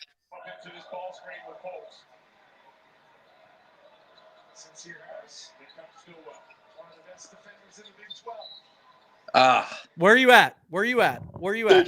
They just kicked it. Okay. Man, come on, Wes. One time. Let's do it for Wes. Let's do it for Johnny from the outside. Have they inbounded it yet? Do it for Wes. Have they inbounded it yet? They just inbounded it for me. Yeah. Okay. So 105. I'm at the 1 minute mark right now. Yeah, you're a second ahead of me. Who cares? Okay. Stillwell for three. Clanked off the front iron. Buck Harris transition. Slow down. Oh, whoa. Slow down. God, dude. I'm telling everyone to calm down. I think he traveled. I think we got away with one. Kugel's saying travel. He's dribbling over his head. Where are you going? Then Day-Day almost lost it out of bounds. Like, slow the F down, fellas. Chuck, we got 309 watching us watch the end of this game. I mean, this is the recipe. This is the recipe right here. What, just sit, talk, and watch? Yeah, and the recipe is fun. If we were good, man. Like, I want to be hyped. I want to actually be going nuts for a game like I used to. I will care about I feel like a piece of my soul has just been kind of ripped out because, like, January and February and March and these months are always so cold and gloomy and dark in Cincinnati, and the Bearcats got me through it growing up. I mean, I'd look forward to these cold days because I knew it meant Cincinnati basketball, and now it's just like, oh God, here we go again. You know, we're on the dose all the time. Like, when are we ever going to get back to big ESPN? Yeah. Michael, we got other platforms, not just YouTube. Compiles all of them. Oh, he's calling us out. He's like, he said 30 you're playing people. The numbers. Yeah. No, we got a bunch on. I think a bunch come from Twitter. I think Twitter's the only other one we have. I don't think we go live on Facebook. I think Facebook. Yeah. You're good. You're good, brother. All right, 45 seconds. 71-70. Celestine inbounding it. Jizzle. Day-Day ball screen. What? Celestine on the wing. Down to Baba. Dude, I mean, how are these not fouls? I mean, this line Miller. Spacing. 72-71. Cincinnati. Baba threw some contact. Here we go. Johnny Dawkins, timeout. Chuck, when we needed Baba, the most. He shows up. He heard me hating. He's the best player on the team. West just smiled. Wow. Did he? Yeah, and then he said, "What do we do?" I could live for you. It's like, "What do we do, guys?" Oh.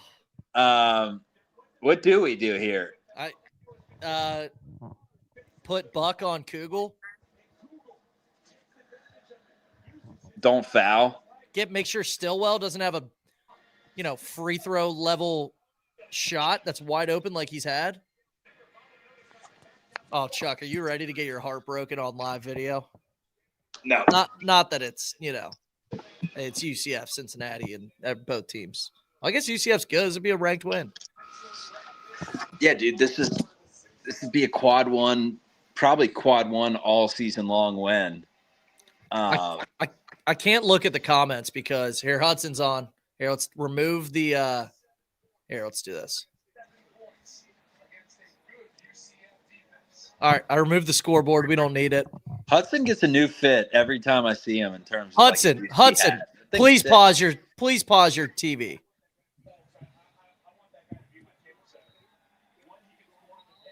I'll let you guys wait.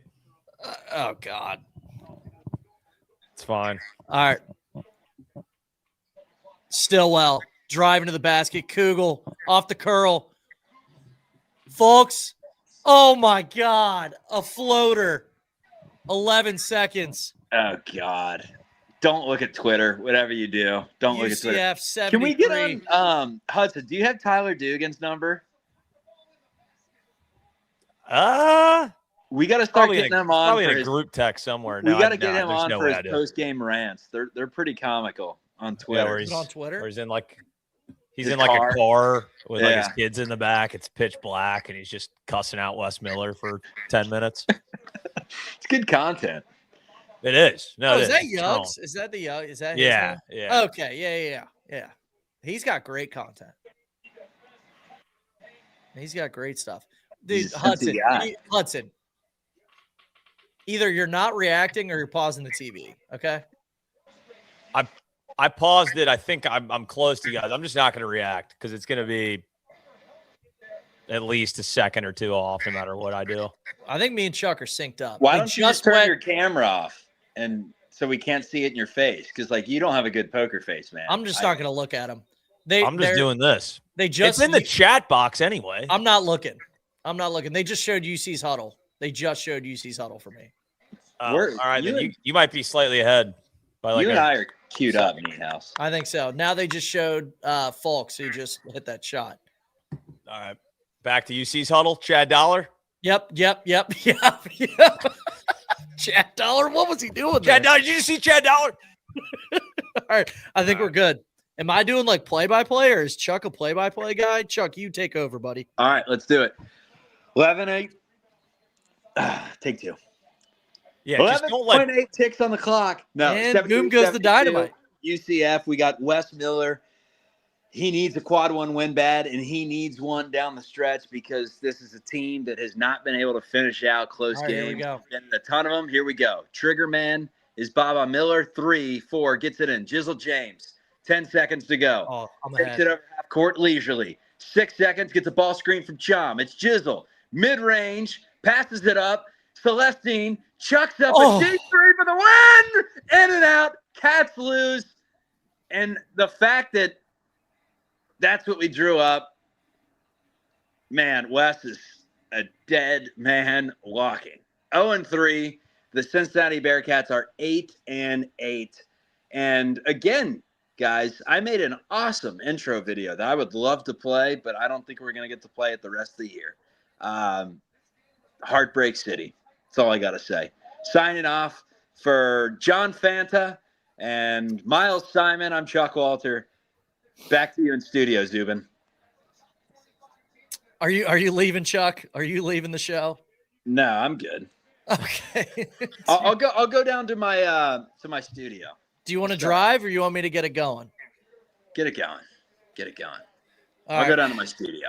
All right. I'll remove him. Let's get it going.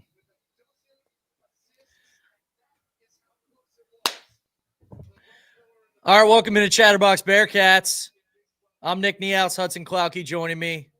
Charlie Walter is going to be joining in later. Cincinnati, Heartbreak City, falling to UCF 73-72.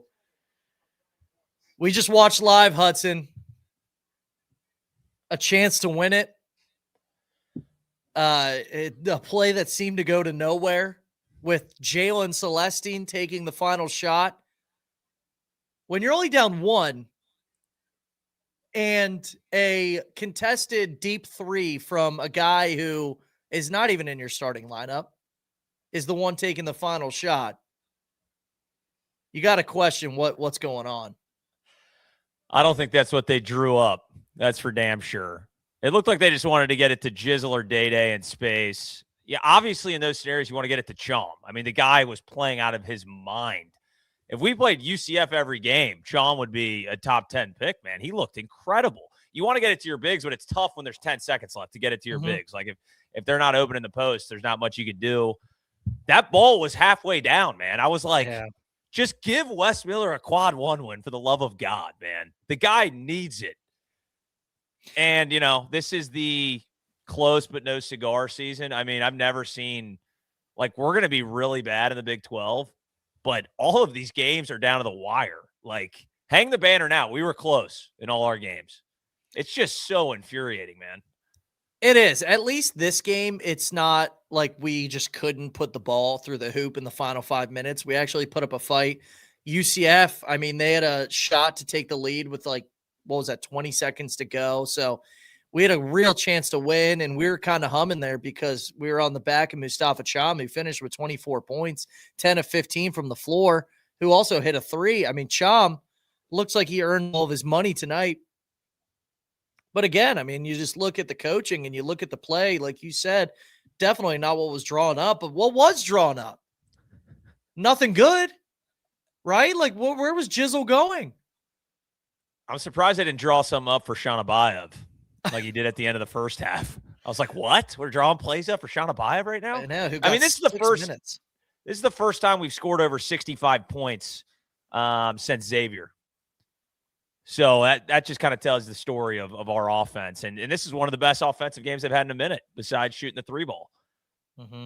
I don't know, man. Right. Like, it's just no dice, man. Wes Miller's not the guy. He can't win close games. We're going to have a lot of close games this year. I will give him credit. They're fighting. This team is absolutely not quit at all. They keep battling. So that's why, as fans, you got to keep rooting for the team, even though, you know, Wes is probably on the way out. Yeah, I mean, I just received a text. It's just like, I just feel bad for the guys. And I think everybody shares that same sentiment. All right, this is a call-in show. Make sure you call in, leave a voicemail. It's 513-400-4203. We'll put that in the chat. But again, it's 513-400-4203. I'm sure there's plenty of people that want to get stuff off their chest after that one. Another heartbreaker for Wes Miller and the Cats. All right, Chuck was live with us for the final shot. He is joining us from his studio right now. Chuck, your thoughts? Poverty program. We're 8-8, and we're going to keep doing this. We're 8-8, fellas. We haven't beat a single Power 5 team all year. We're on the 11th of January. Our best win's Dayton at home, where they went 2 of 70, and we beat them. This is pathetic. I said I was going to be semi-positive, Niehaus, and then I just realized we lost to UCF for the second straight time. They took us down in the Crown last year. That pissed me off. And then the ending to this one pissed me off. I mean, how many times are we going to see the same thing over and frickin' over? And I said, as we were watching the end of the game, that I'm not going to rag on Wes Miller. So I'm not. Everyone knows my feelings about it. He should have been gone last year. He should be gone this second, but he's still here. I do have a lot of respect that he was so fired up and kind of went at Horde and Terry and the fan base as a whole after the last game, and then didn't double down and came into Montgomery Inn and said his apologies and said he got carried away. Like, this guy cares. He wants it. It's why people at the live postgame show that still believed in Wes were like, dude, he wants it. Like, he wants it more than anyone. He does, but he can't figure it out. And it's the same thing over and over. And I'm tired of being freaking Luke Murray. Is that a tease? Bill Murray, excuse me, in Groundhog's Day. I'm tired of it. It's the same thing over and over. Like, how many times have we seen today's game to AT? How many times? It's consistent, Yeah. man. 0-7. 0-7 in our last 7 AP top 25 games. He's So, 3 and there you go. 51 when trailing in the final 4 minutes. That is awful. That's pretty bad. So I'm with you, Chuck. Like, he is fired up. Everybody was kind of on him for going at Dan Horde. I don't think that really is what happened. I don't think he was yelling at Dan Horde. He was going at the fan base. He's going at the people that are just fed up with it because, like, he feels like this team is close, as he should, because they are to some degree. I mean, they're in all these games. They could have won every single one, and that is the issue. This has been going on for 5 years. They haven't won any of them. So I like Texas if Vasmus didn't hit that shot. That was 3 years ago. You know, we're still holding on to that. He traveled. Locken brought it up. Locken was like, we had a good team. So I like the fire and the passion from West, but the lack of accountability is there where it's like, it's us against the world, you know, like we still got the guy. It's like, dude, like no one in the world cares about you. You're the worst team in the Big 12. No one gives a shit about Cincinnati basketball. I promise you. Yeah. How many people in the world do you think were watching that game instead of Niners Eagles? Only us. Fools. That's it. Truly. Yeah, no one cares. We had like 300 watching us watch the game for the last 20 minutes. Yeah, because we're sickos. Crazy. But we're the only people. Diehard Cincinnati fans are the only people watching that. That's what I'm saying. I mean, look at this comment. Houston fan here. It's time for a change at Cincy. Thank you, Stevie Nash. Thank you for watching. This was the final straw for Stevie Nash. He's like, you know what? I think they might have to change the helm over to somebody else. I mean, this is just like Chuck said. I mean, it's just we do the same show over and over and over and over and over again. Like literally 5 years ago, me and Chuck did this show in year 1 of Wes Miller. We did it again year 2. Last year was the first year we finally were like, all right, well, this is what it is. This is what he is going to do consistently. And he's shown that. He's consistently underperformed. He can't beat quality opponents. He's 9-41 against quad 1 teams. Hasn't beat a Power 5 conference team this year. We are a 500 basketball team on January 11th. This is UC basketball, fellas. This is unacceptable. Like this used to mean something. You know how I'm wearing a Niners hat. I feel stupid wearing Bearcats gear because like it's sad. It's truly sad, fellas. I used to look forward to January basketball, to February basketball, to March basketball with dreams of playing into April. And now the only dreams I have of playing into April are if we make the second round of the Crown because they start it in April for some reason. That's the only reason we've been playing into April. We're not getting in the Crown, Chuck. We're not getting in the Crown this year. All we want, Hudson, we've been saying this for years, man. All we want is to be on Lenardi's bubble watch. We just want to be mentioned by the bunker boy, and we can't. Doesn't even think about us. No. Like you said, Chuck, we haven't even sniffed the bubble in a long time. I'm like trying to think of what storylines we can even talk about for this game. We haven't touched on the game at all. I don't know what there is to talk about.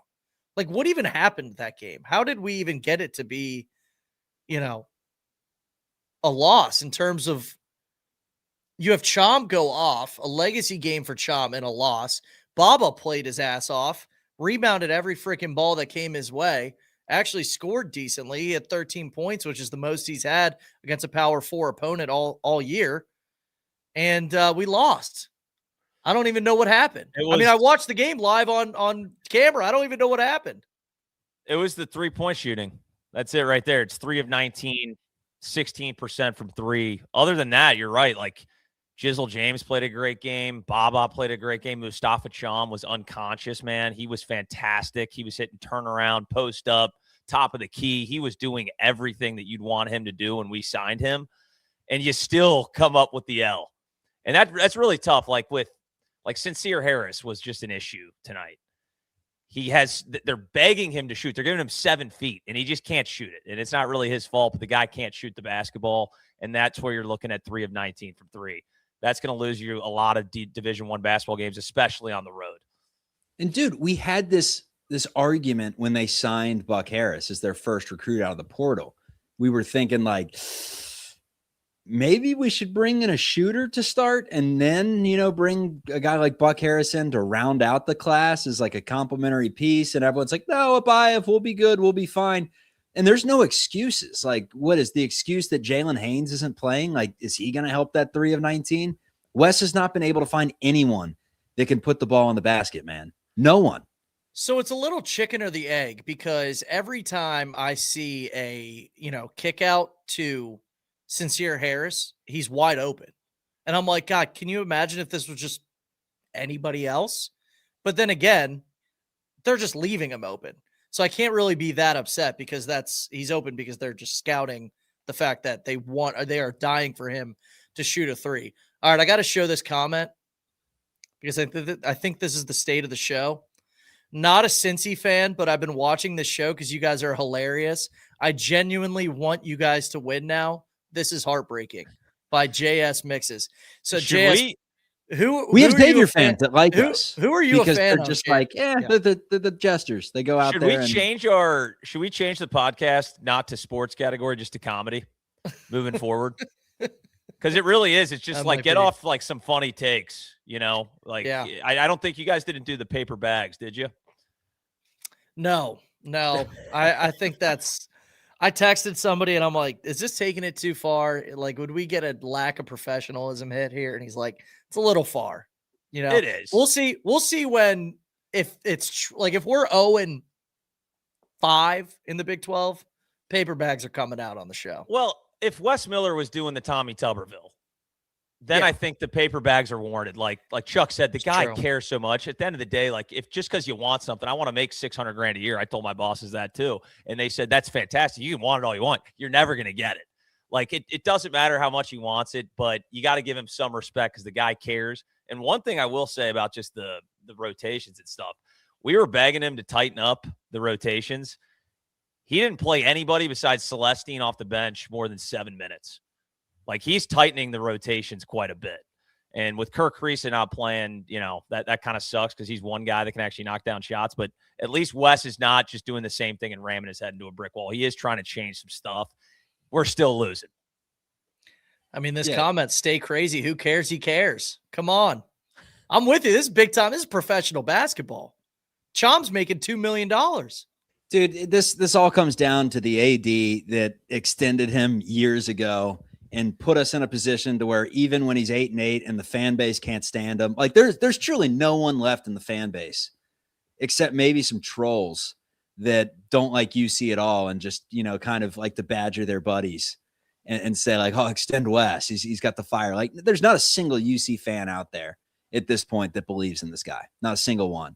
So it's not UC against the world right now. It's us against John Cunningham, begging him, pleading him, please, John, just end this misery. Like, I promise you, here's the craziest thing, and you guys are going to call me asinine. If they put Bob Huggins in there as a interim head coach, this team would start winning some games. I fucking promise you. I actually don't think I disagree. There's never been any lack of talent under Wes Miller. Here's example number 1. Sean Abayev got 6 minutes tonight. Sean Abayev was a McDonald's All-American, correct? You don't just luck into that. You don't have hype get you into that. He could knock down shots at the high school level. He was playing other D1 commits. He's not playing us 3.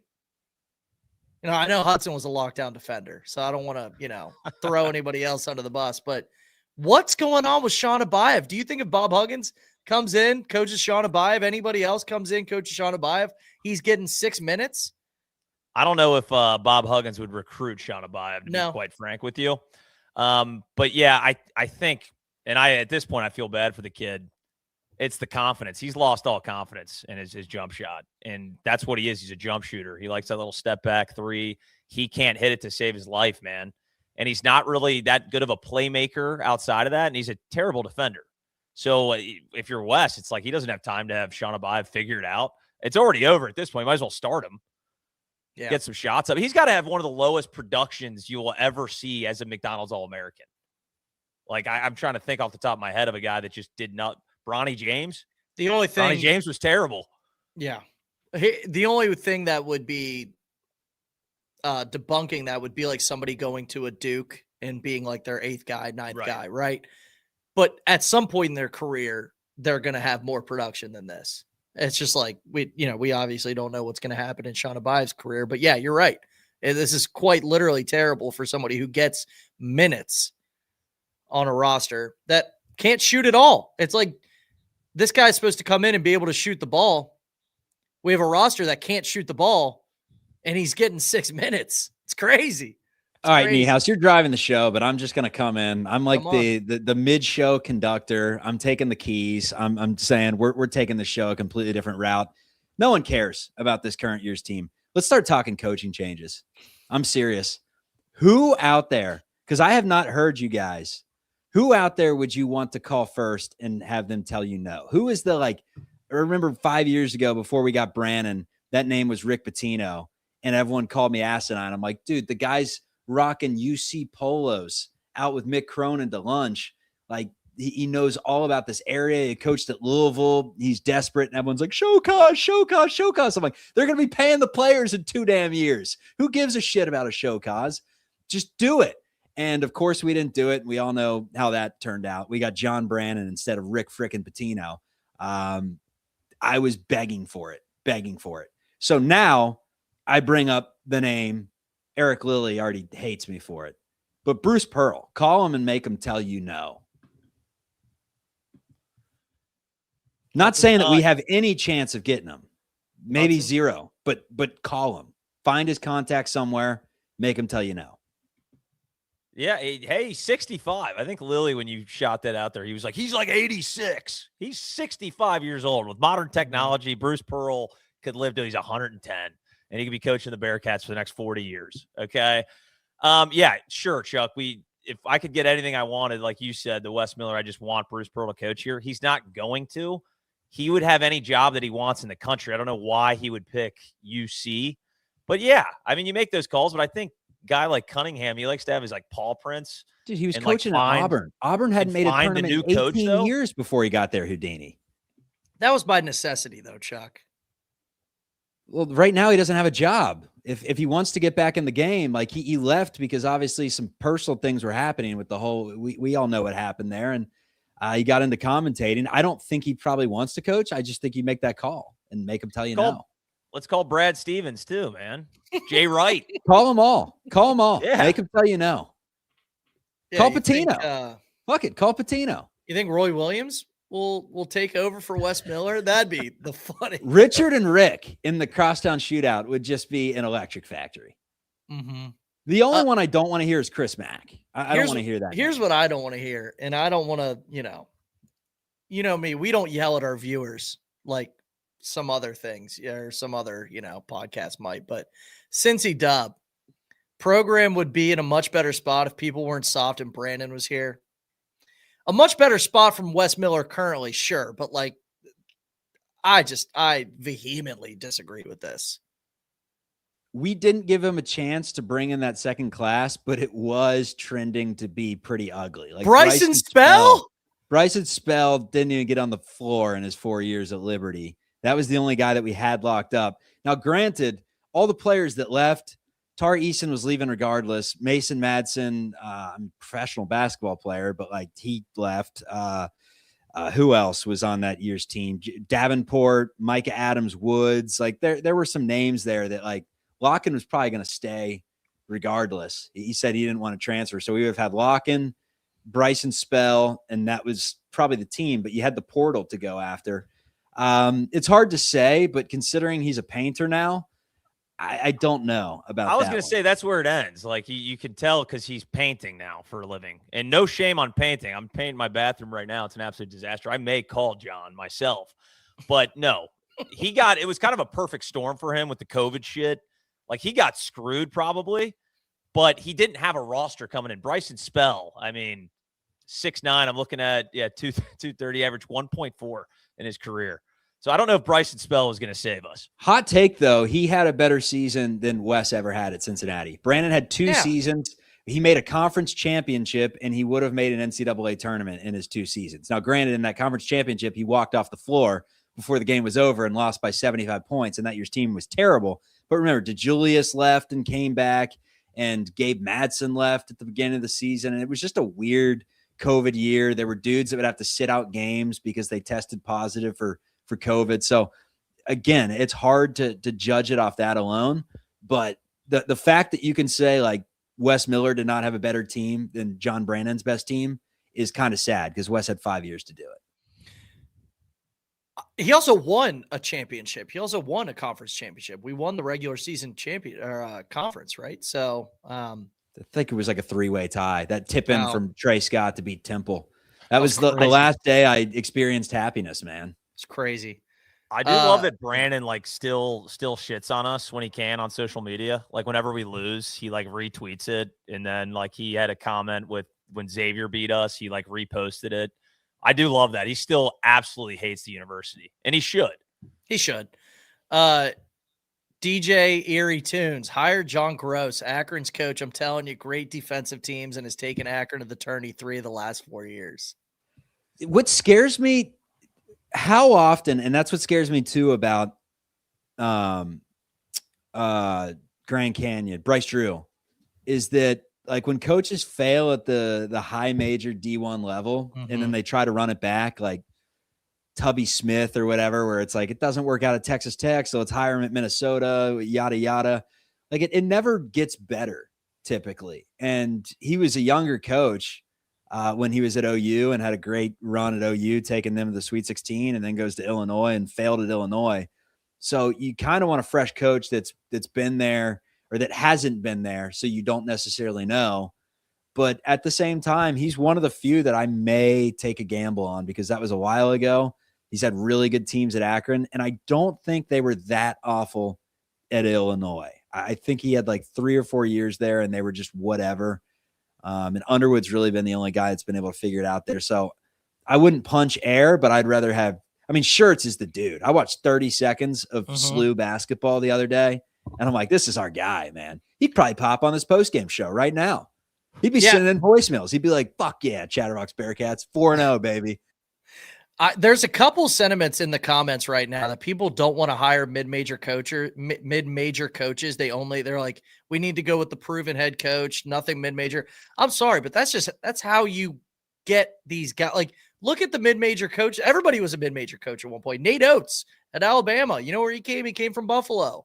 I mean, that's how the verticality happens. Like, you go from being an assistant coach to a mid-major head coach to eventually power head coach. So I just disagree. I mean, you look at Schertz at St. Louis and then Jared Calhoun at Utah State.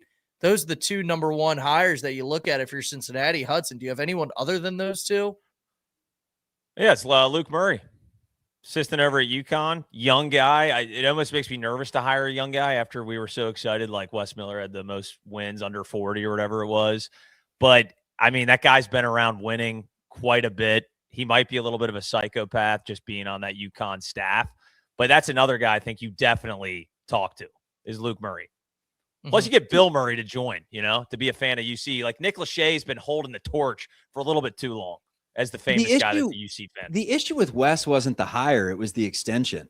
Like, you're going to fail hiring coaches all the time. It's just when you go 5 years, when you've known for 2 years now that he's not the dude, that's the most frustrating thing about it. If they would have cut losses after that loss to Indiana State and they just said, this guy's not it, that would have been fine. Even after last year, if they would have just cut losses after the Crown loss to UCF, we'd be feeling a little bit better about the situation. But it's when you go the 5th year, you should get a college term. You should get 4 years. 5 years is just way too much for any coach, for any coach that's never made an NCAA tournament at a school like Cincinnati. It's just way too much. Yeah, Chuck, you might have to drive the show since we're talking about this. We're going to have this show. How many more games are left? It's just, we're going to keep doing this. Well, let me ask you this to get us back on track after Chuck is already doing the coaching hot board, which that's what the people probably want to hear anyway. Yeah. But listen, we're professionals over here. You want to break down UCF talk? No. I just want to look at the schedule right now. And we play Colorado, on Wednesday? If we don't beat Colorado, I don't know if we're going to win a game for like the next 2 months. Like, truly. It's Colorado. Then we got Iowa State, Arizona, Arizona State, Baylor, Houston, West Virginia, UCF. And then you get Kansas State and Utah, which, you could look at those 2 wins. But this could be like 0-7 in the Big 12. On you guys. You got to beat Colorado. Just to save some embarrassment as the university. You got to beat Colorado. Shame on you. I just see this comment it's so frustrating. It says top 12 historic program of all time. Act like it. We got Houdini over here saying Bruce Pearl would hang up the phone and laugh. Not a big enough time school for him. Dude, we're in the Big 12. We are a top 15 program of all time.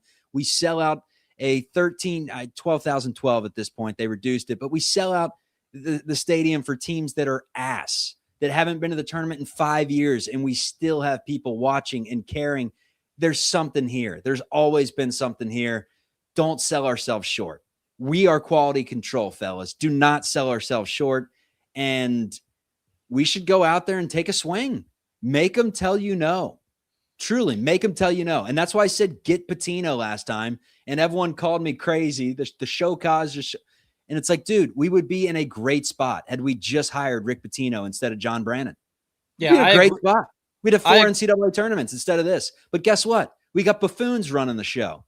Buffoons that don't know basketball and that don't know UC, frankly. You think President Pinto knows about the history of UC athletics? No, they're compliance guys. I know more about UC athletics than John Cunningham.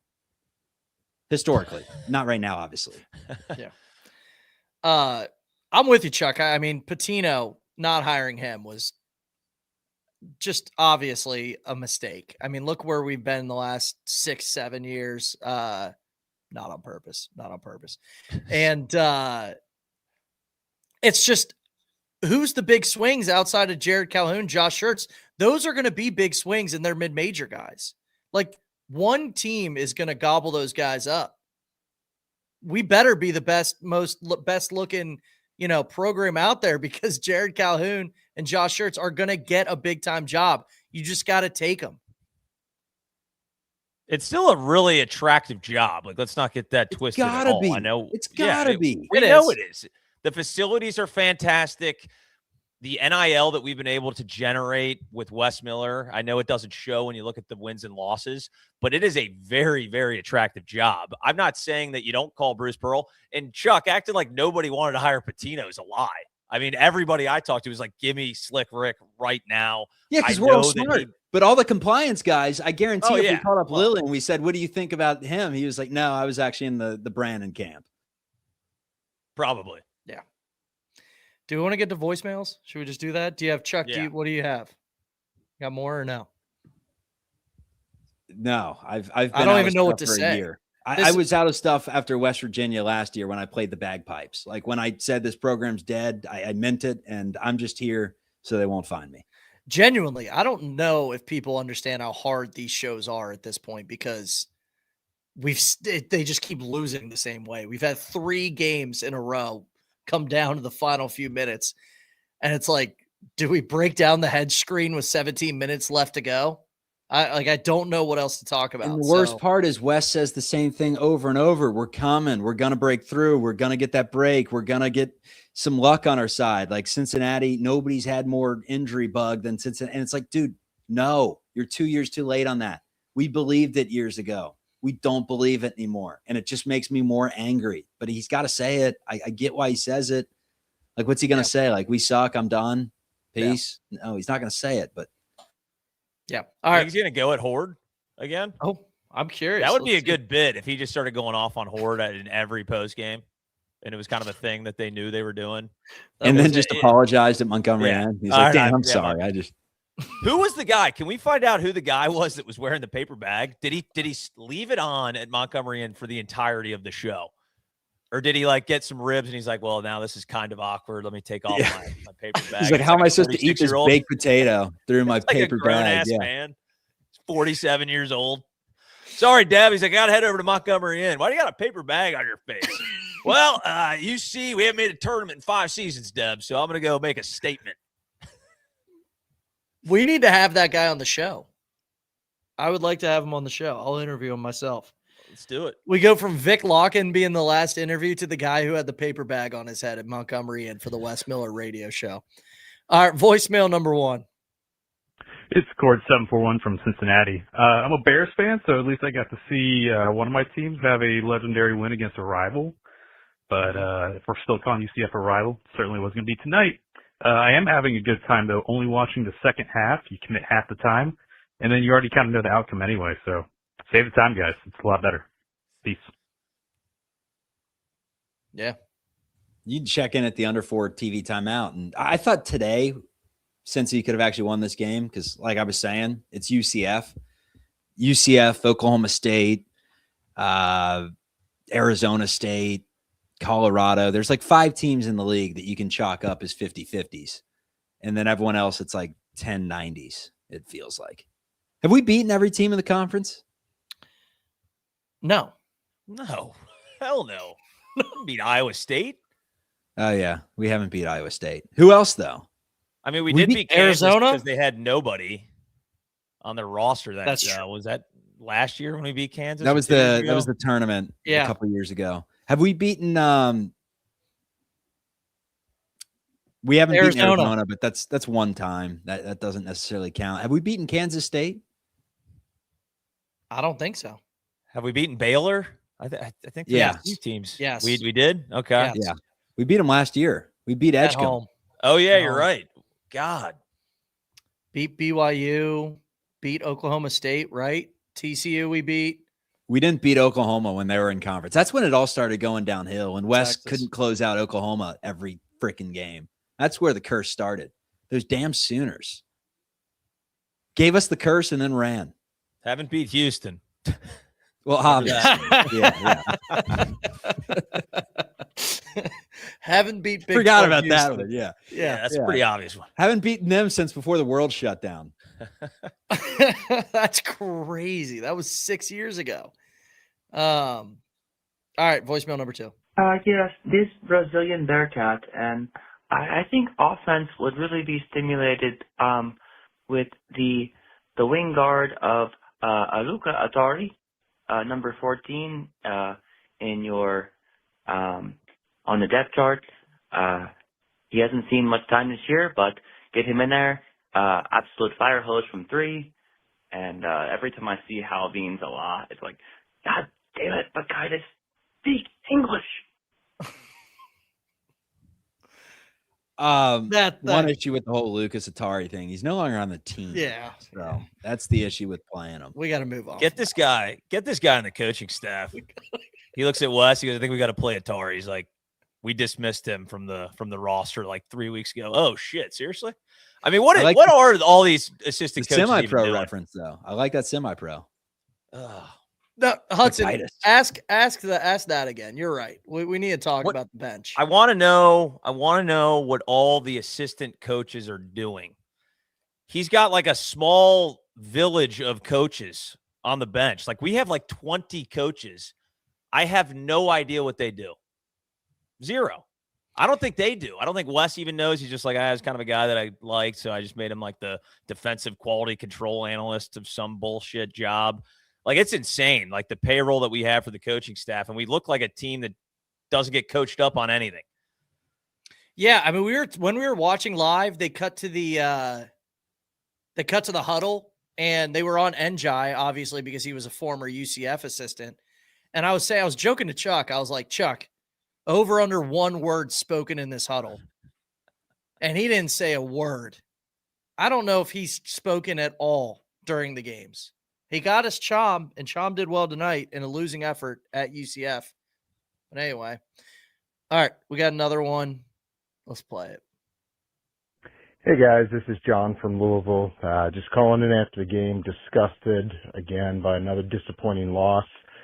But around the 4-minute mark, I saw a microcosm of the last 5 years.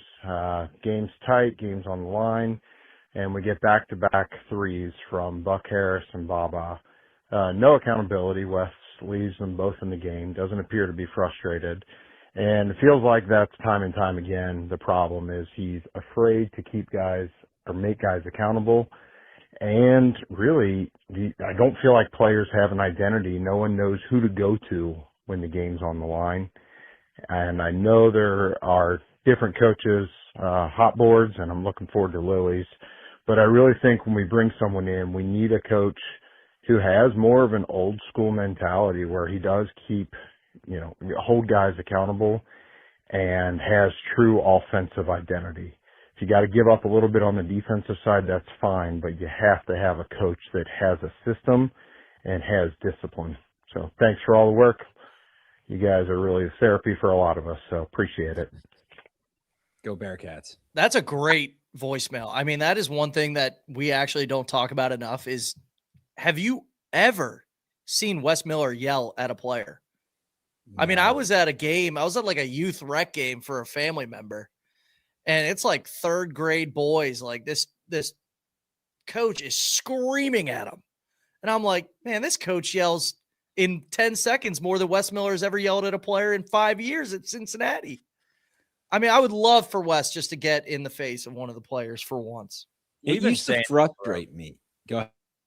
No, just saying, we've been saying this forever. We don't talk about it enough, though. Like the accountability, it's zero. This isn't like any walk of life, man. Like if you're a parent, you got to hold your kids accountable, or they're going to keep doing shit. If they can get away with it, they're going to keep doing it, keep pushing it. At work, if your boss is so cool and he's bros with everybody, you're going to slowly start to do stuff that you shouldn't be doing, straying away from the goal.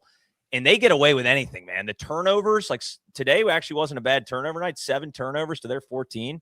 But some of the turnovers we've seen down the stretch where Wes Miller just allows it to happen, those guys need to be yanked off the court. So they know, if I do this, I'm not going to get playing time. And he refuses to do it.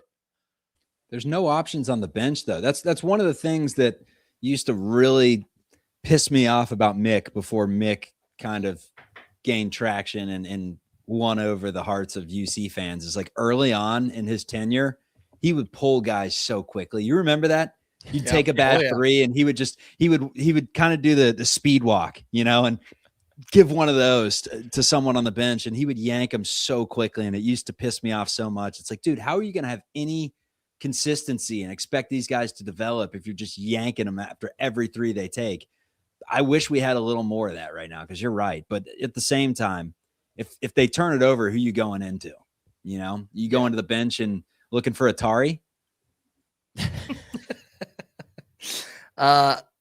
I don't have anything else to say, gentlemen. I mean, we've done this show 10 times. So what else is there?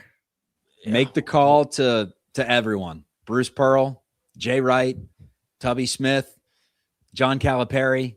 Call them all. I don't give a damn at this point. Call every single one. Coach K, call every single one. Make them tell you no. And then while you're at it, be interviewing Josh Schertz. He's got to be the number one. And then I would say our guy from Utah State. He's 1B. There's a 1A, 1B. I wouldn't be upset with either of those. But Schertz is appearing like the hot hire right now in college basketball. So what other programs are going to have openings that are going to be bigger than ours? Like, that's the thing. You say whatever you want about UC these past couple of years. We're in the Big 12, top 15 historically, great fan base, great facilities. I mean, dude, but before Wes, this is a program that had made like 18 of the last 22 tournaments, and had a 14 tournament streak in a row and then a 9 tournament streak in a row. Like, that was the bare minimum. They were a mainstay. They had statistics with, Gonzaga and Kansas and UNC and Duke as teams that would make it to the tournament. And that was not that long ago. Feels like a long time ago. And the struggles in the NCAA tournament definitely didn't help. But I do think we still have a good program here to where we should expect one of the better coaches on the markets, regardless of who out there's hiring. Regardless. So I'm just looking at – oh, no, go ahead. Just real quick, to answer his question on who's going to be open that's better than us, unfortunately, and I'm not going to say they're better than us, but we have to be Ohio State fans. We need Ohio State to win, because Diebler getting canned at Ohio State would be very bad for us, because we would at least have some competition.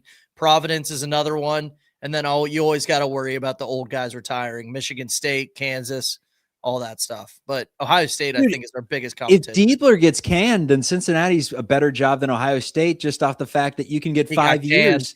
to coach here. That's a good and argument. You're an alum and you're gone after what? Diebler's been there, what, 2 years? I agree.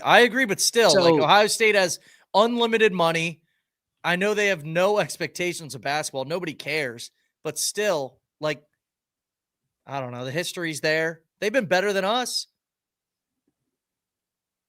I just don't want to be Georgetown, fellas. I don't want to be Georgetown. Well, and we never had the looking peak at Georgetown, some of the hot seats, and I'm not sure what these teams are doing right now, but LSU, Oklahoma, Syracuse, Jeff Capel, I think finally is going to get the kibosh over at Pittsburgh. But we're right up there with everybody. I think Hubert Davis is safe. They got him on this list as well that I'm looking at. They're 14-2, so I doubt they would get rid of him. God, do you remember when we were worried sick because Hubert Davis was shitting the bed at UNC? We're like, they're going to snatch Wes. They're going to take Wes Miller from us. All of us were doing it. Like, to look back on that now is insane, man. We were worried that Wes Miller was going to be snatched away to UNC. We've never made a tournament. We're going to go below 500 this year in his 5th season. Time goes fast, man. Crazy. Woo. Worst thing happening to UC was Hubert Davis not getting fired. Isn't that crazy? I think UC is the best job. Oklahoma's a pretty good job. I think Ohio it's a better State. job than LSU. Ohio State is a good job. I get your point with him getting fired after 2 years would make it not, and you get 5 here. I get that. Unfortunately, we just don't want that open. We don't. I mean, it's a money thing at the end of the day. Yeah. If Ohio State's going to pay them more, then it's a better job. But Big 10, Big 12, there's no difference anymore. Like that was kind of there's going to be caveat for a long time was, oh, well, Cincinnati, it's an American team. Unless there's some realignments coming and we're on the way out, like we're in the same position as Ohio State when it comes to being in a power conference, like Big 12, Big 10. So. All right. Historically, they're close. We beat them in the title. Butler will be open too. Our guy Paul. He's like, remember Butler. Oh. That's not a better job, Paul. Thad Matta is not old. That is the crazy. Everyone thinks he's so old. Isn't he 58 years old? Thad Matta? Yeah. Got to be older than 58. No. Hold up. He's 58, dude. There's no way he's 58. He was coaching at Xavier in 2006. That was 20 years ago. Was he 38? He looked he's going to get fired. He's not saying he's too old. He's like, he's going to get canned. I know. I had to say that because people think he's so old and he's not. Well, Ohio State, yeah, like towards the end of the Ohio State thing, I think that put like a decade on our guy, Thad, because he was like bright red all the time. Do you remember that on the sidelines? I'm like, oh, man. Get a banana. Get some potassium or something. Vitamin C, bro. Yeah, come on. Have an orange. Get rid of the scurvy. Real quick, fellas, what is that coach? Because John Cunningham hired Scott Satterfield, where Louisville fans didn't even want him. You felt like he was kind of on the hot seat, and he goes and says, let's go after a guy that could potentially be out at his school next year and bring him to UC to lead us into the Big 12. He's got Power 5 chops. Who would be that coach that you think John Cunningham would contact and hire that would make us lose our minds? Tang? People were saying this during the live stream, during the game. Travis Steele. People were saying Travis Steele, and I just want that shut down completely. I don't want that ever commented again. I don't think it would ever happen, but people were commenting it. That can't happen. You can't make that higher. Fans wouldn't let it. We wouldn't let it happen.